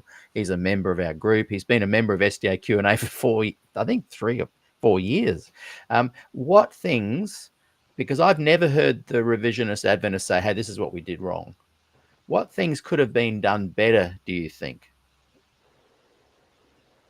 Because, like, again, I'm saying you guys only because it would have been me included, but I left, and you're an apostate, Gillian. But you can look back. You can look back surely and go, what things could have been done better, from a sense of self-reflection. And you know, we've played the game. We're watching it back, and we go, boy, I wish I hadn't done that. I should have waited on the right wing a bit longer, or not right wing politically. I'm just interested. Let's start the ball rolling for all the Gospel Adventists watching. What is it you think could have been done better to ensure that the young people of today do know about this content? I don't know, as we could have done a lot more. And we did have, you know, we had a huge impact with GNU in the day, but with groups, it's like Wayne Judd says, with a group like Adventism, if you have offshoots, you call us an offshoot, they only last the length of the person who's running it. And for instance, Dale Ratzler had a huge influence, had annual meetings with ministers who were leaving and all this sort of stuff. They didn't get very far either in changing the church. And look, if you've got people who are willing to do evil, it's a bit like what's going on with Trump, and people are hugely divided over this, but I think it's shocking. I just don't They are understand. making ground, and people like Conrad Vine and Ron Kelly are making ground. Maybe what Bob and I talked about today and 5 years ago is that just the gospelers don't have any politicians. Well, maybe the gospel Makes shouldn't have them. Exactly. Good point. No, That's good. Go ahead, Gillian. I didn't say anything. I know, but I just know what you're going to say, and I love it. Well, Des was a very polite person, and he was a Christian through and through. I've seen him in some very difficult situations. I've always been amazed at him. And there's certain things you can't do if you're a Christian. You can't behave like the other side do. And, they should be ashamed of themselves. But I think that conflict like this over the gospel, it's this whole thing with James and Paul. I heard a sermon by Eli Gonzalez about this. This is the same conflict. You have the Judaizers sent by James. It depends which side you're looking at. Bob Brinsmead looks at the other side, that James is the hero. But Ellie would point out that James sent the Judaizers after Paul, and they had Paul sent to Rome where he died.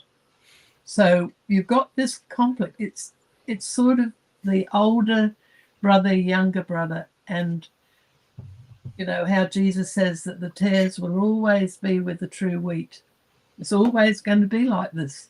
And I think the church had a chance to accept the gospel in the 1980s, and it sort of lost its chance. I thought, can I jump in here? Yes, please. Oh, please do. Good point, Julian. Love it. I'm just thinking back in the time, and I remember thinking, because I'd read enough sociology, that if there was going to be a new social movement arise out of this, and if this gospel movement was going to survive Adventism and produce new fruit, it needed what some sociologists call a partnership between the stirrer and the calmer. The person who stirs up and the person who calms.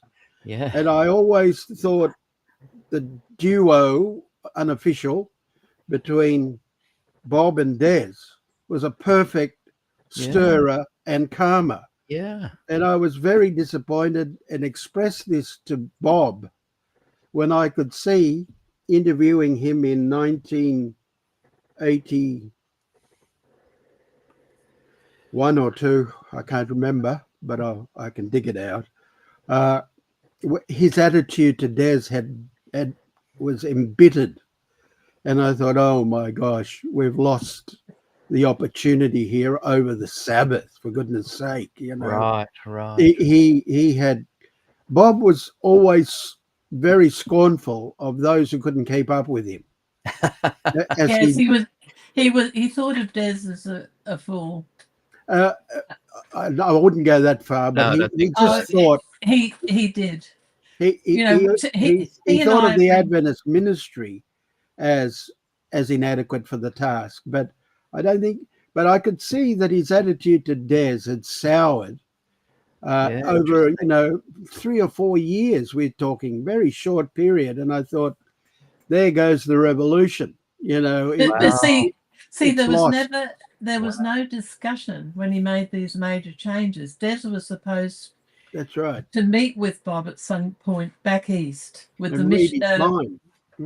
with the young ministers Evangelica put on a meeting, and Bob came out against the Sabbath, and Des said, well, I'm not going. So he pulled out at the last minute. Yeah, yeah. Right. But see, there was huge division back then because of Dale leaving and because of Bob on the Sabbath. And Des was still convicted about the Sabbath.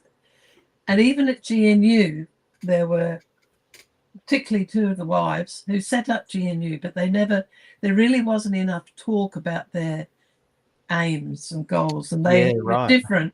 They wanted a congregational church, and Des had promised the brethren, I was there when he did it, he said, I will not divide the church. Pastoral concern, you can say, well, he should have, but you know, if you've worked for the church and they've been good to you as they were to us, and they changed their mind about it, it seems absolutely wrong to then go and destroy them. And see, Des made that promise in the Friday afternoon at Glacier View. You would never divide the church. I think that he did and you did the right thing and you went with your conscience. I think it's ironic, though, that essentially the Glacier View episode and the kangaroo court nature of wheeling out Des as the scapegoat, that did divide the church, and that division is still apparent to this day. Yeah. See, with Dale coming out with Dale's group, they were very anti-Des. I'm not saying everybody, but you can see it in their, I've seen the blogs where they speak about Des. And Bob too came out. For instance, in one of the volumes, I've got an article by Doug Hackelman, who interviewed Bob in Adventist Currents in 1984, when Bob was shifting out of Adventism and he was into the moral influence theory, which is one of the concerns I have, it because Bob has taken the logical conclusion completely out of Christianity. So they were both in the same position. They've got Doug Hackelman and Bob. They're both moral influence.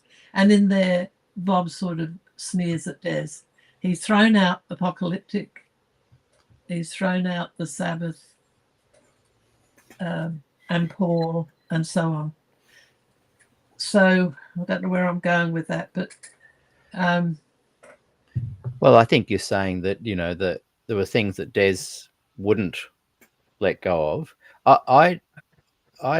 I've chatted to some of these guys personally when I went over to the former Adventist Fellowship last year, not this one just gone, and I got the sense that there was a huge amount of respect for Des, still very much ongoing. And I think the only thing that they would say, and Dale has said, I didn't know Bob Brinsmead said it, but they really wanted to make the Sabbath clearly not a salvific thing, and they felt that Des was maybe still making it salvific. Because I don't think he was. No. So was it just maybe a misunderstanding of how they worded things, and he felt they were being a bit aggressive? Ironically, the church thought he was still aggressive. I always call them Seventh-day dispensationalists because they remind me very much of the Plymouth Brethren, who have this unusual view of the covenants. It's sort of, I can't even really explain it to you. It's like they get to 2 Corinthians 3, where it talks about the better ministry, and one goes left and the other goes right. But I'd had a dealing with the Plymouth Brethren when I was about 18 and got put off that doing away with the law thing, because I thought if you do away with the law, it's written into the moral and the physical universe, and the whole thing collapses. So I'm pretty simplistic, but I couldn't go with that. And he definitely differed, but see, Dale and Des, and they were always courteous to each other. I've never heard Dale ever put down Des. I've never heard Dale loves Des. See, those issues that Ryan and these other people are going for, it's exactly the same back in the early 80s. And Des said the church would have loved for them to split, to take all these people out who were arguing all the time. Just didn't want to do it. Wouldn't it have been interesting, Bob, just out of interest, and I'm just going to quickly pick up Renee, but you guys keep chatting without me for 5 minutes, if that's all right. But Yeah. Bob, I'm really interested. If GNU had said, hey, we're starting an actual congregation, not just a resource or a fellowship that gathers, would it have been something that would have potentially tempted you to leave Adventism and join the new Adventism? Good You talking to question. me? This is for Bob. Oh, Bob. Good question.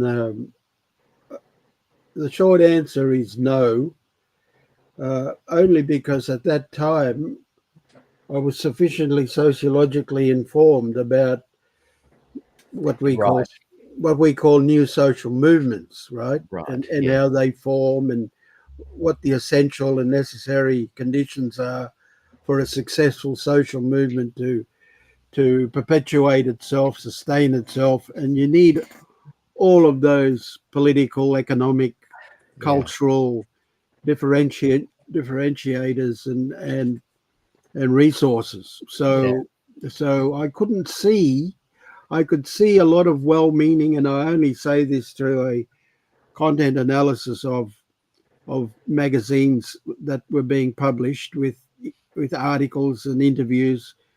Evangelica, I've still got all of those, and that other one that used to come out on yellow paper. What was that called? For a while, but there were 2 or 3 of them from independent groups that had split off because of Glacier View. There was Evangelica. There was this yellow paper. Not the Verdict one. No, there's Verdict separate again, but I don't remember the yellow one. No. Well, I've got quite a few editions of them, and I'll dig them out for our next talk. Do you have Evangelicals? Yeah. I've got Evangelicas. Yep. Why? I'm going to come down to your place and see what you've got down there. Hey, I'll be back in 5, and I think what you're saying is very true, and I think that Gillian and Des had great foresight in knowing that would happen too. Yes, They just ran with it. Gillian didn't have much say in it, I can tell you. I'll be right back. Keep chatting, everyone. I was relieved. Enjoy my new hosts.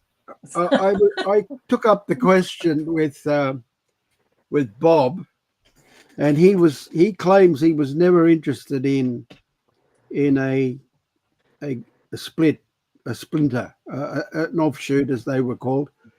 And I asked him because the awakeners that I had, his followers were called awakeners, as you know.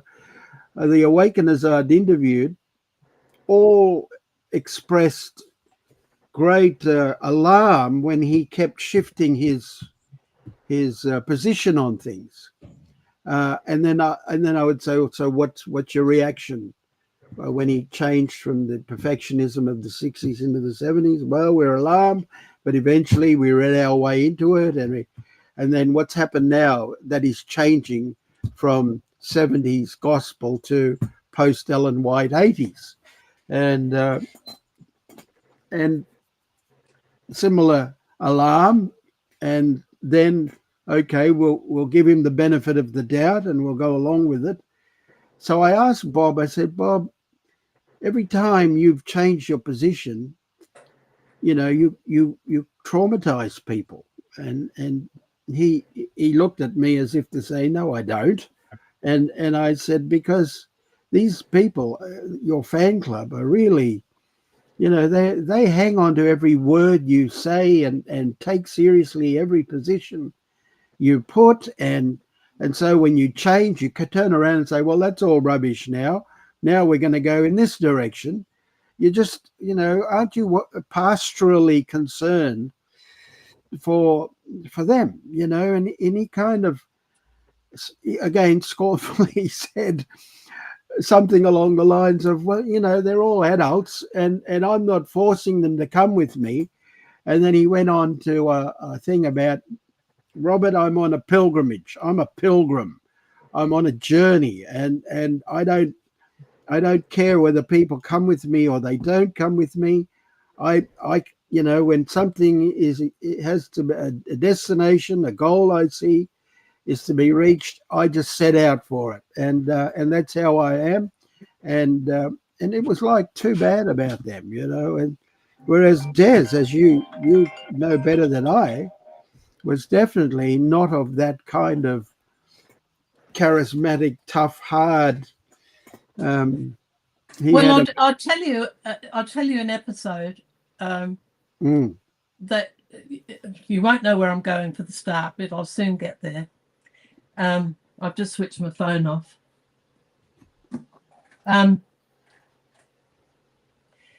In the Friday afternoon, Neil Wilson accused Des of colluding with Bob Brinsmead to send out 50,000 of the forum cassettes. right. Yes. And yes.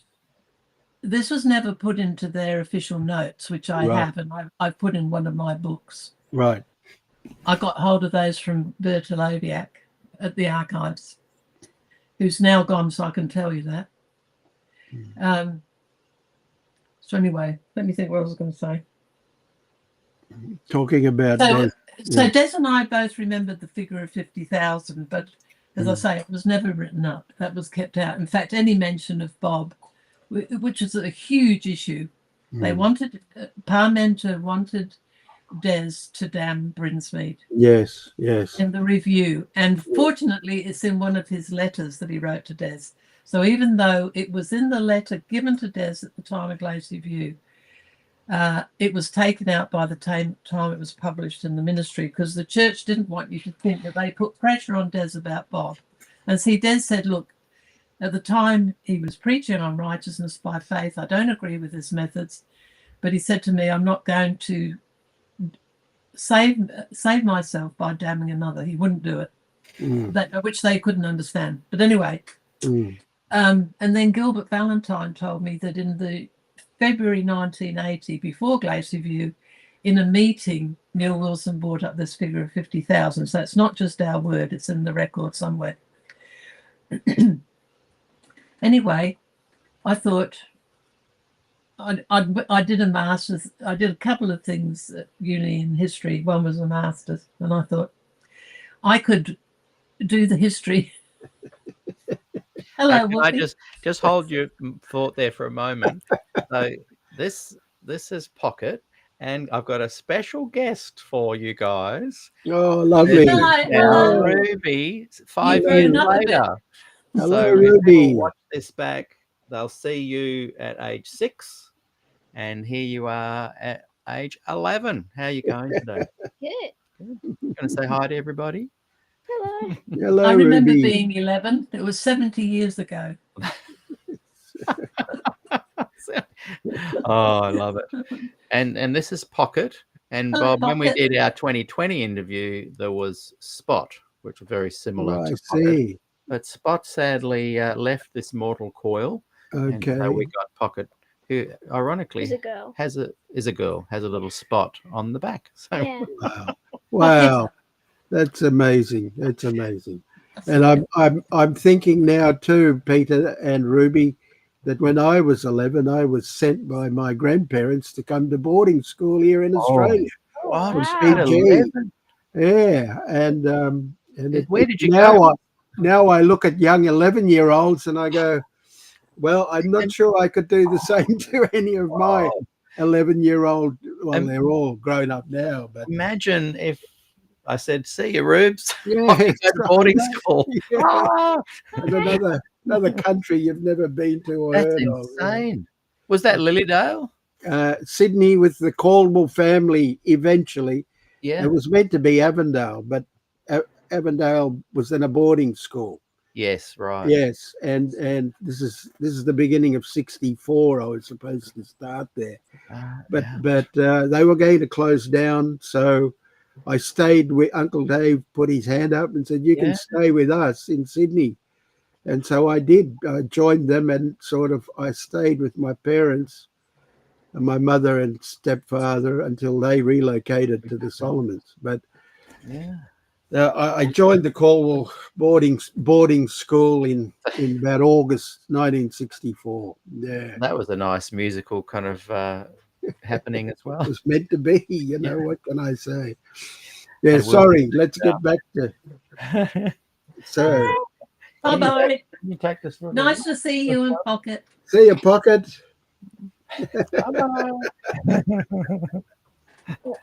So anyway, I decided See you, to honey. see if I could do the history of who sent out the tapes, and I've got those articles in the book somewhere, volume 3, I think.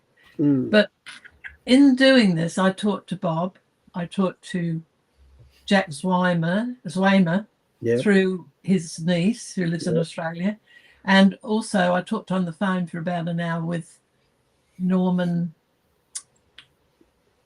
who ran Verdict. Can't think of his name for a minute. It's a famous name. And he said to me that Bob had Asperger's and that he would see people as animals. Norman James. Janus. Norman Janus. Yes.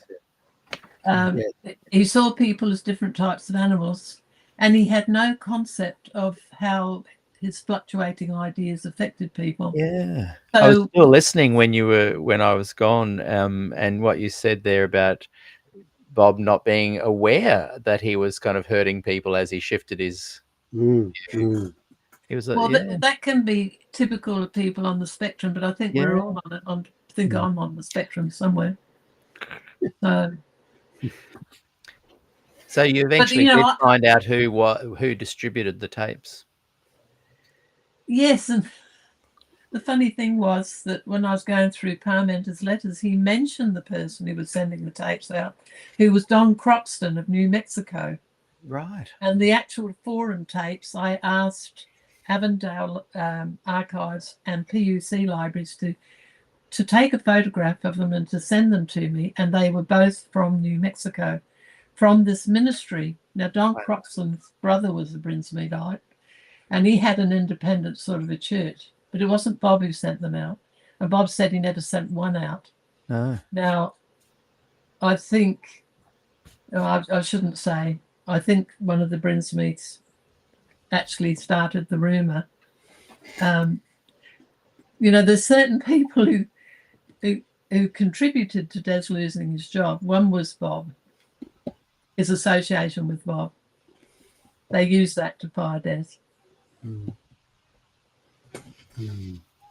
Another one was Heppenstall, because Heppenstall didn't believe in investigative judgment, but you wouldn't have known it at Glacier View.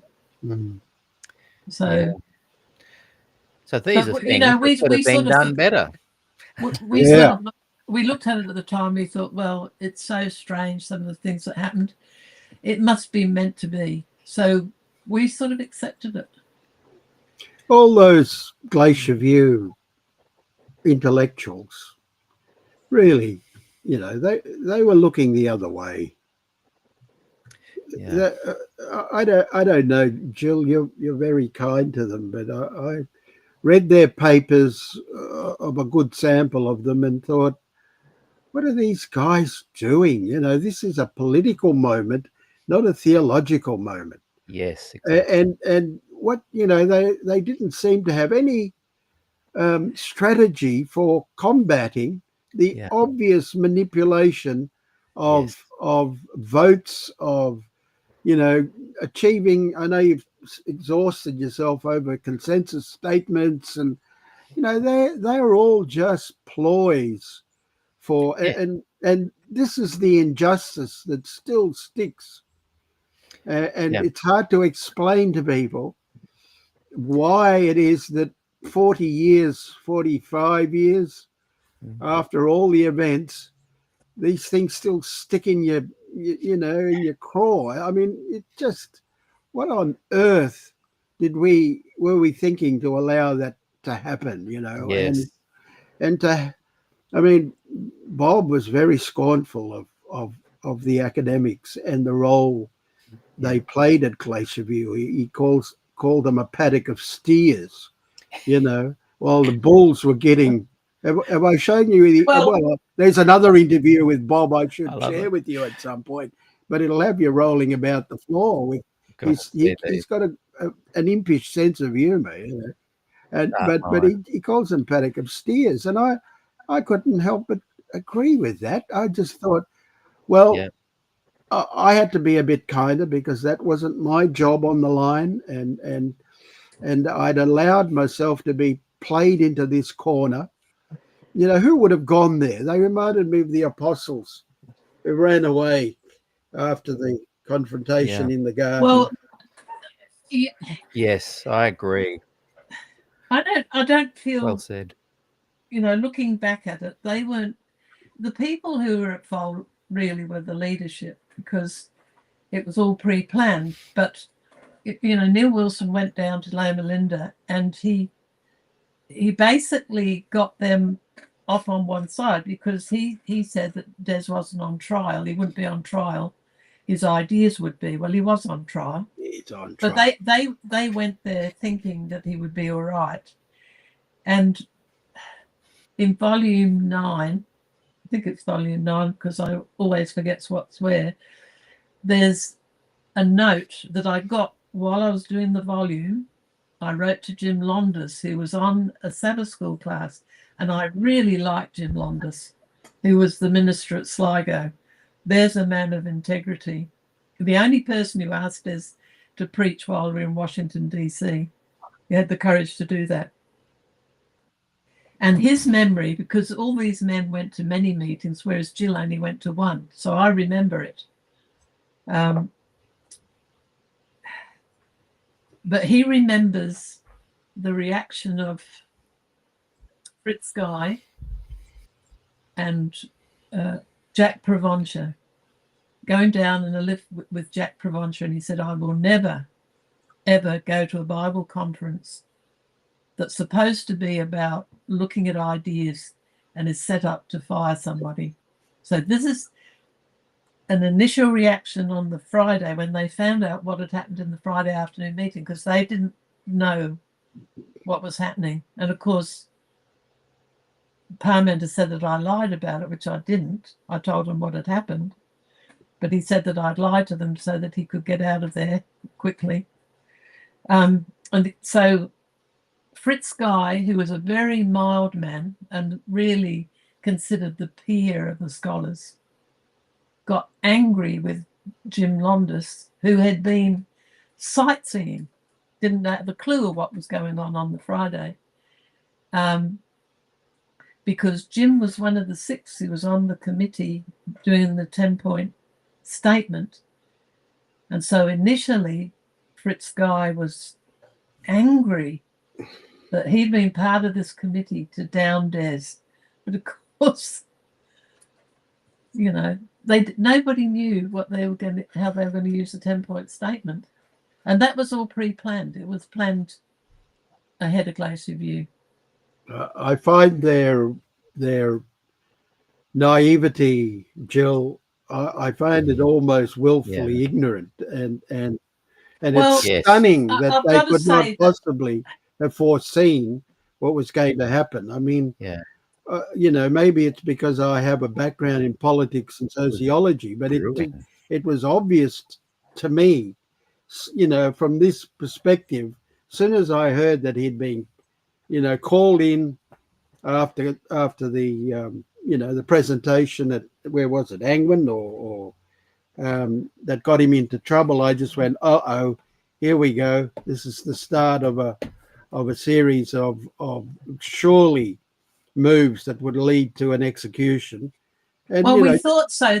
But there were points of hope. Yeah. Like I can remember Jim Londis and the Mexican man, I can't think of his name, had a PhD in Paul and the Epistles.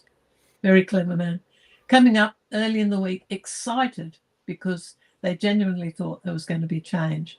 Now that changed over the week, particularly when Pearson's letter was read out on the Thursday. That put a damper on everybody. But it did seem, Wilson was a very clever administrator. I've got a couple of letters I'm putting in volume 10 that I wrote to him, and look, they're so innocent. I met with him for about 40 minutes when I first went there. Of course, he was scoping me out. I'd written him a letter. But, I wrote to him, he made you feel that he was going to be very, very fair. But it turned out he wasn't. And And at the end of the day, he wasn't. And when you look at the 1984 Bill Johnson interview on the Ankerberg show, and he said in that show, look, the it's just the Glacier View people, scholars and academics just didn't see light in Des's teaching. The majority didn't. And we now know that that's a lie. Now, this is what Bob's saying. It's willful ignorance. And Dale Hutchings asks a very interesting question. What would Neil Wilson have done if all the SDA scholars had stuck with Des? And I just think they didn't. And they should never have been there, Peter. They should never have been there, because their presence, rightly or wrongly, optimistically or amoral or immorally, just being there, their presence puts their hand on the dagger. And this is how, you know, I'm putting it in political terms, but come on, you know, you're being invited to an execution here. And they were very nice. I mean, Mrs. Canwright didn't go along. Always very nice. You know, the Christians do it better. I got invited. Well, you know, they're not. But see, I don't feel quite like you do, because I was there. There was betrayal all around, but they were taken off guard. And I say Neil Wilson was very clever. Well, he's very clever. I just feel like know that goodwill, the goodwill that was going to come to Glacier View was just a moment for him, an opportunity for him to do what he did, and then nobody could complain. You know, if the scholars, if the revisionists had stayed away and said, no thanks, we can see what's coming, you guys do your own dirty work, you know, then this question that you've put up here would have been an interesting one, because I think, you know, the very fact that they turned up was devastatingly bad politics. Sorry, look, I spent 10 years in Fiji, and 5 of those consulting fortnightly with the Prime Minister at the time, who was eventually cooed, but he was my wife's uncle. So and every fortnight we'd sit around dinner and discuss what was going on. But I also got very angry about that coup in 2006, and hence, you know, it was something I'd seen happen in 1980. In a religious setting. Here it was happening again in Fiji at the end of 2006, after 4 years of threatening and you know, attacks from the outside of government, outside of the parliamentary democracy that was going on. This bully was going to come and do the job, and my wife's uncle, the Prime Minister, I said to him, come on, it's getting urgent. I flew over from Melbourne specifically to see him about 3 years before it happened, and said, you've got to do something about your military commander. And he said, don't worry, we've got it all under control, Robert. I said, okay. You know, I was only there for a weekend with a message to him, and you know, my wife can testify, all at my expense. And I said, I'm so concerned that he is out of order, and this was, if you don't nip this in the bud, sir, this thing is going to just, you know, spiral.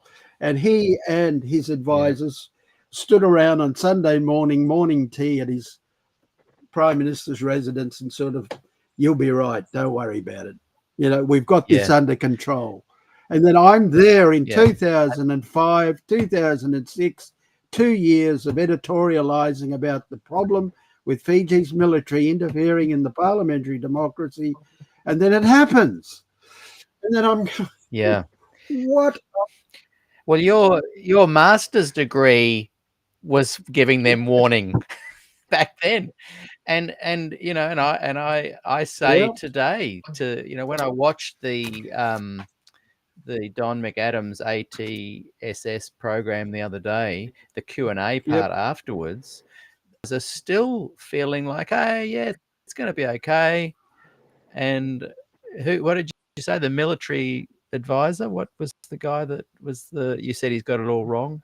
The military commander was commander. Yeah. So I'm suggesting that Ted Wilson, the military commander of Adventism, is going to surprise you guys and continue leadership. So whatever you gospel Adventists do, now's your chance. It's the last chance. I'll send you the photo. I'll send you the photo of Ted Wilson shaking hands with the military coup leader. You know, of all the people to greet and meet when he was visiting Fiji in 2009 or 10, his big photo opportunity all over the news was with the military commander, praying for him in his office, shaking hands, and the very families, I've got their names, who had members of their family killed. To this day, no one has been held to account.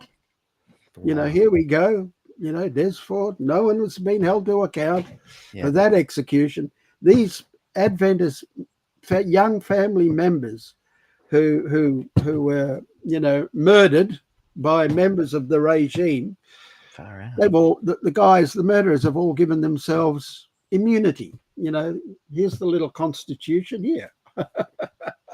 So they've given themselves immunity from prosecution. But Ted Wilson doesn't turn up to meet them, or these grieving, you know, families that are lamenting and suffering the injustice. He turns up.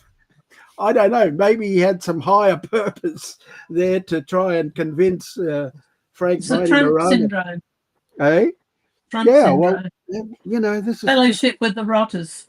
We live in an extraordinary time. Oh, we do. And I sometimes you know, shake my head, and I thought, well, right, you know, because and it just to me, it's Adventism will never rest until it sorts out its attitude to past injustices. You know, I mean, they had no regrets because they came back in 1982 and went after us and took away our membership and called Des apostate. Never, it's in they changed the workers' manual. It's actually quite a story, but I've told it because I had all the documents. Yeah. They shared documents at the time over 1982, 1983, and you can see Neil Wilson's front story about how he's trying to bring Des back in. Yeah. And the back story, which I learnt through Vern Parmenter accidentally telling friends who told me. So that when the call came from the G said, oh, I know what this is. This is the front story. This is just like Glacier View. Because I already knew that they were going to act against Des again. So they took away his ordination, which you can't do because the Holy Spirit does that. Called him apostate and me as well, just for being married to him. And what was the other thing? Oh, went after our membership for 17 years while we were in America. And you guys, you know, the hour is getting late, and the hour is getting late. I'm slowing down. Family. We will wrap it up now, and we'll get. I'm sorry, I do go off. No, Gillian, not at all. Apologise. Love having you on, Gillian. I want to continue another one.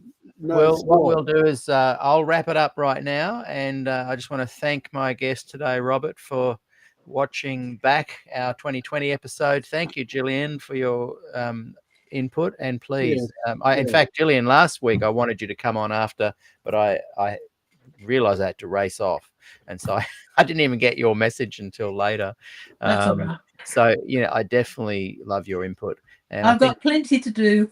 I think we've got John Den next week, our replay. And that's so we'll good. get Bob back soon to talk about the master's degree in more detail. See you guys. Thank you so much, everyone. Mammoth effort. God And boy, there's some gems there in that last 20 minutes. See ya. bless.